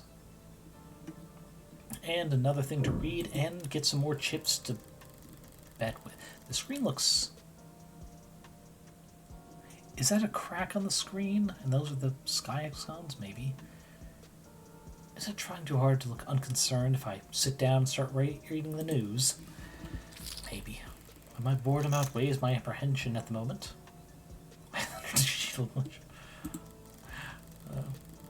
Not my fault that they failed to be sufficiently intimidating. Okay. PSS Proposition City ahead of next month's convention. Oh, this is going to be a long one. In terms of analysis, I am sure. Next month, the city will play host to one of the most competitive political conventions in recent memory, with Senator Mathings expected to face significant opposition from party outliers before securing his nomination. While the broader nation eagerly anticipates the oncoming political circus, city officials are already under fire for a supposed lack of sufficient convention security. City has already approved a record-high monthly budget for the police department, including fully unrestricted overtime for officers of all ranks. That's not going to be abused. But a coalition of private security services, including White Adder, Fang, and Demico, has released a press statement urging City Council to consider contracting their services ahead of the convention. Obviously they would try to sell themselves. Heartbreak was bad enough. Now we're hearing that cops are dying in the lower wards. When are city officials going to say enough is enough, says Demico, head of press relations, Arthur Gall. We have the utmost respect for all first responders. None of us are blaming the hard-working police for these failures. How could they succeed when political insiders insist that they try to apprehend criminals with one hand tied behind their back? Ooh, that's a backhanded, not even a compliment, but they're hiding an insult in defending them. Our contracted forces have world-class training in crowd pacification, preemptive de-escalation, and enhanced interrogation tactics. Any of the subhuman scum who empathize with anarchists won't dare to leave their mother's basements once we get to our boots on the ground. That's a guarantee. All the security staff are 4 feet or shorter. Unlike the police, they're contracted. And you know that'd be even better, because they'll be closer to hell, where they've learned all the just bloodiest, excuses for why they should be allowed to just shoot people point blank. Standing too close to an officer. Borderline assault right there. City Council declined to comment when we reached out to them to ask whether they would be issuing a request for proposals on such services. The total city population is expected to swell next month as the national political spotlight draws lobbyists, delegates, political action committees, and voters in ahead of the 2-week-long process. Most of the community members we spoke to expressed optimism about the increase in economic activity and tourism the convention is expected to bring. But some, who refused to give us their permission to publish their identifying info, rudely and loudly voiced their criticism. 2 weeks for a convention when the nominee was decided 2 years ago? It's a joke, and we're the punchline. Foot in the bill to pay cops to stand around outside parties, while thousands of do-nothing staffers and campaign managers. This article is presented to you, advertiser-free, thanks to the contributions of our generous donors, including Daniel Mass of the Daniel Mass Foundation, Rebecca E. Jones of the Rebecca E. Jones Foundation, Jessica and Ronald McGuile of the McGuile Foundation for the Arts and Scientists, the Rockford Fund for Public Broadcasting, and readers like you. Thank you. Oh boy, that feels quite real. The generous donors, all of which have their own foundations supporting arts services in their name. Okay, so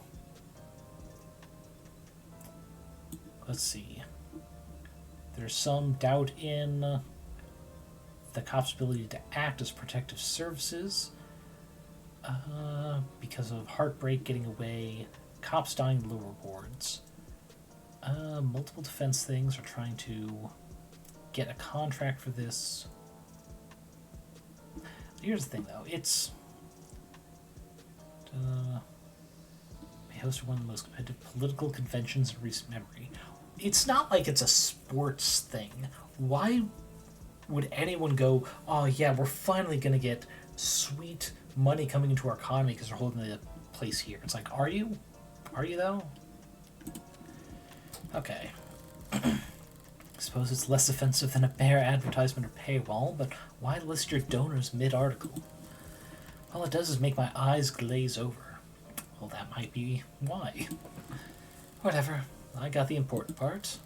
The city's hosting that convention next month, putting pressure on the council to vote on hiring mercenaries. Whether or not to bring in private security contractors on top of the massive policing budget.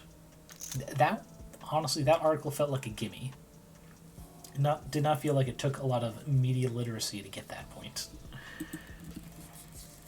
Makes a little difference to me. Cops and mercs have different quirks, but they all share the same blind spots. I'll be just fine. How the average law-abiding citizen will put up with them clogging the streets for 2 weeks, though? Not like it'll be the least popular political decision made next month. Everyone knows Mathings will be the candidate, as decided years ago. The contested convention will just be him finding a balance between how much public opposition he's willing to stomach against how many favors he feels like giving out. This country's already a circus without any bread. You'd think that the least they could do is make the performances entertaining. What was that in the articles about cops dying in the lower wards anyway? Pretty heavy-handed to just make up that kind of thing, even when pearl-clutching and pitching yourself at the same time. Well, I've looked around at everything that caught my eye, and now I'm all out of ideas. Everything except...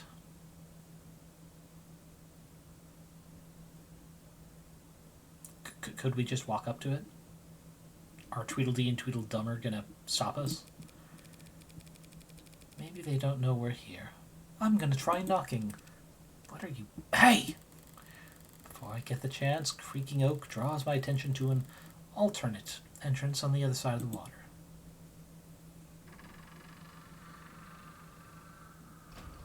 Oh. You know what? If this is the leader, he's not lacking charisma. I'll give him that much.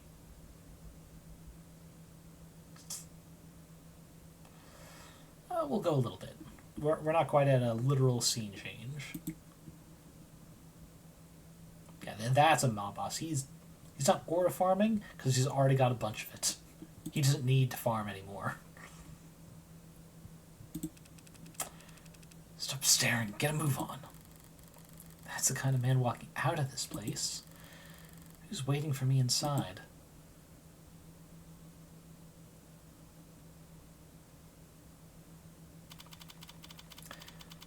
Right. 2086. Ikaria Tower, residential floor. There we go. Grand Hall. Ooh, now this is a handsome location. Pomp and circumstance, ceremony and ritual, yes, yes. Okay, so... let's see, floor level about here. So this is in the foreground, okay. I was wondering if this is, like, supposed to be some reflection of the floor for a second, but... oh, it's like a hanging gong thing, okay.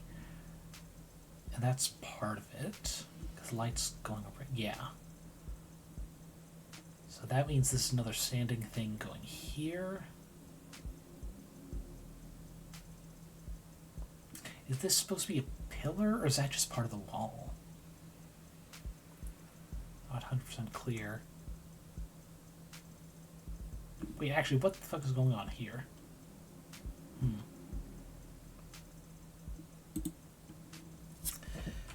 Interesting layout. It does kind of fuck with my eyes in terms of perspective, though. For some reason I thought that the Mafia, of all people, would be a little more efficient in their execution. A little more honest about what they are. Evidently not. Oh, it's up in this... really? Feels a bit AI. Nah, they're pretty against that, but it... for an opening shot for this area, I don't think it was the best. Because I honestly thought that might have been part of the floor, but it's up partway a pillar? I guess that gives more explanation for why part of the ceiling architecture is going through that gong thing. Huh. Artifice with every glance, costumes and makeup abound. Is this disappointment? That even here, in the supposed bowels of the underworld, there's no escaping the etiquette of it all. She's the one. Doesn't look like much.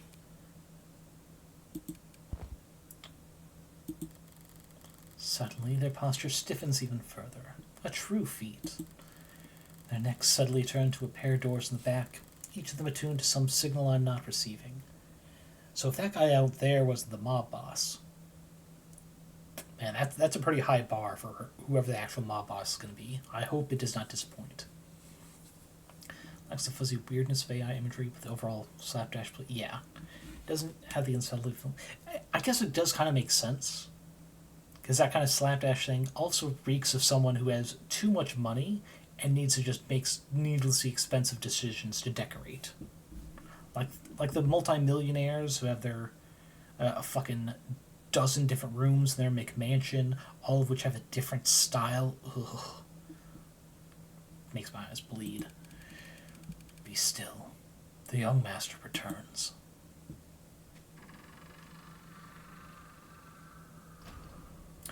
Oh, Lady Mob Boss. You know what? I'm a little happier to see this group now. Oh,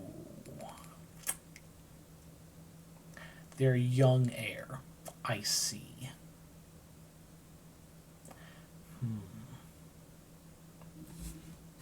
The question is, are they female end of the pronoun spectrum, or are they just doing that to have a more professional hairline? This is a question. I hope we get their profile quick so I can figure out what to do. It's the downside of doing blind playthroughs. You don't know quite how you should voice people for them. I think we'll start with kind of snobby rich kid to start, and we'll see how it changes. Wait, did they say young master? Let me see. The young master returns. I guess it's possible. I guess we'll do emphasis on the young part then. Go for like a prepubescent. You're late. Hold on, wait. Young master, sir, everyone slow down. We came as soon as we found her, sir. Traffic was... This is just some sassy lost child. Oh, the references. Oh, the references we're getting this episode. Oh, this chapter.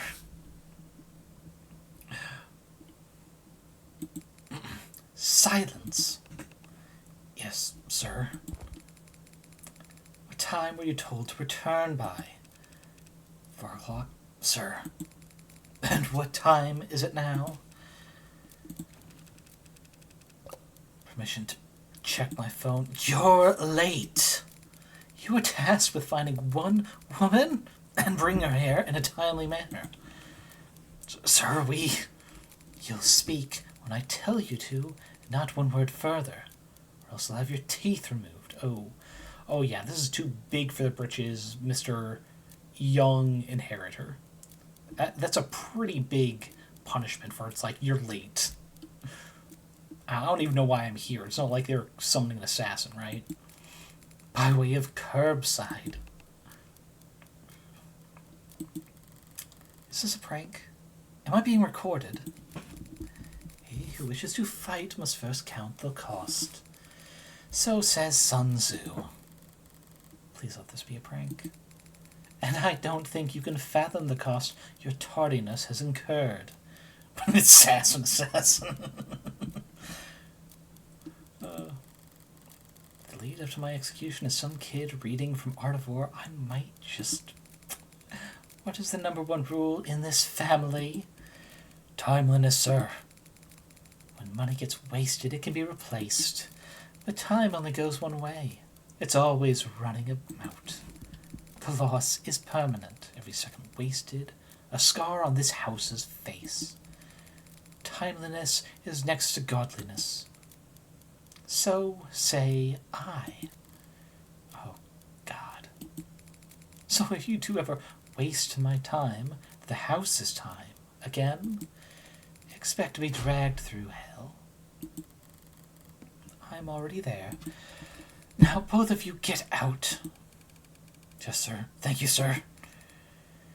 Useless. You. Red woman, you're being addressed. Forget pride. I just want this over with as fast as possible. You're the lawyer, correct? You may answer. As fast as possible. I am a lawyer. Morgan, Colonel Defense, Mr... How should I address you? As all outsiders do, by my name. Makoto of House Ikaria. Alright, Makoto, let's see how we profile you on site. Wait, such impudence. That's a little funny. Occupation. Heir apparent, scratched out. Unemployed, scratched out. Student. Likes biographies, shogi, and amber. Okay. Dislikes tardiness, tarnish, and group assignments. Oh, I have a feeling it's not that you don't like group assignments, it's the group of such assignments don't like you.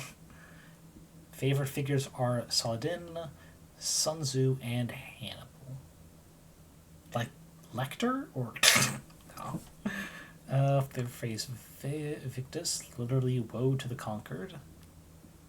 Relaxes by buildings and painting models. Oh, by building and painting models. Okay. I read that as relaxes by, like, a building. The speaking out of turn is punished with losing your ability to speak, yeah. Sun Tzu and Hannibal Barca? Sense of trend, yeah.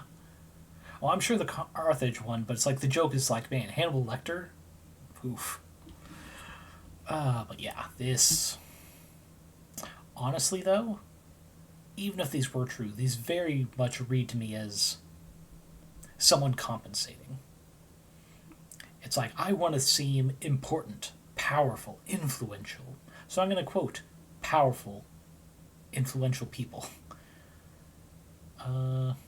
Yeah, I am not going to like this sassy child. Aside from the jokes we will make at their expense. But honestly, I think... Oh, let's get this read out of the way. I think we're going to go ahead and save and leave it there. Because in 5 minutes, we're going to be in the middle of some conversation. I think starting at the why they want a lawyer, particularly on retainer, is a good way to start a stream. So we'll just save that. Yeah, we're going to leave that for the fish later. Alright, let us find someone to read out to.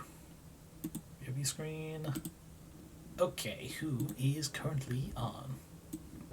A guy in the thumb talks out of turn, is punished by having his lower jaw removed. Shortly beforehand, thanks the guy who ordered the punishment for his mercy. Yeah. That kind of sounds like the sort of person they are hoping to be. Be thankful for my mercy. It's like, how about I'd be thankful for you just sending me the fuck off. I do not wish to be here.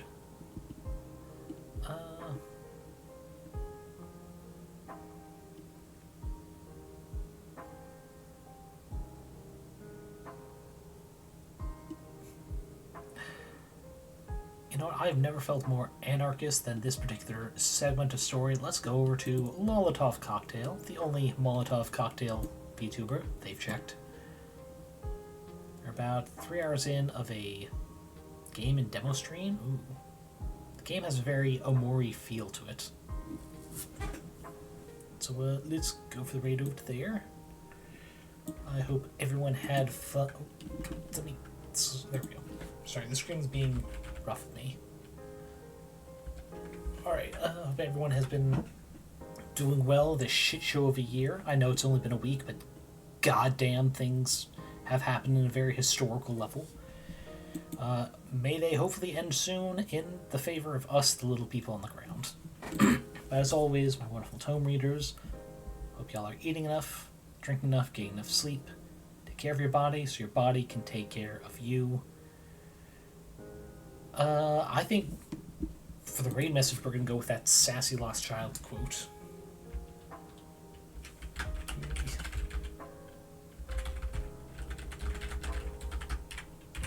Right, there we go. Get there, I'll talk about what you're saying. Sure. Right, now we'll do a quick check, make sure that it's not in the quote. Okay, there we go. Shit.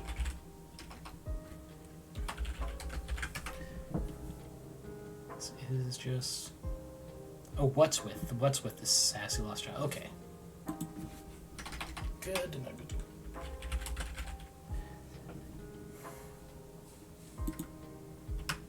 There we go. There's our raid message. Take care and see y'all in a few days for Minecraft. Oh, wait, sorry, no, tomorrow. Tomorrow we're doing Too Many Types. And later Minecraft. Look forward to it, and I'll see y'all around.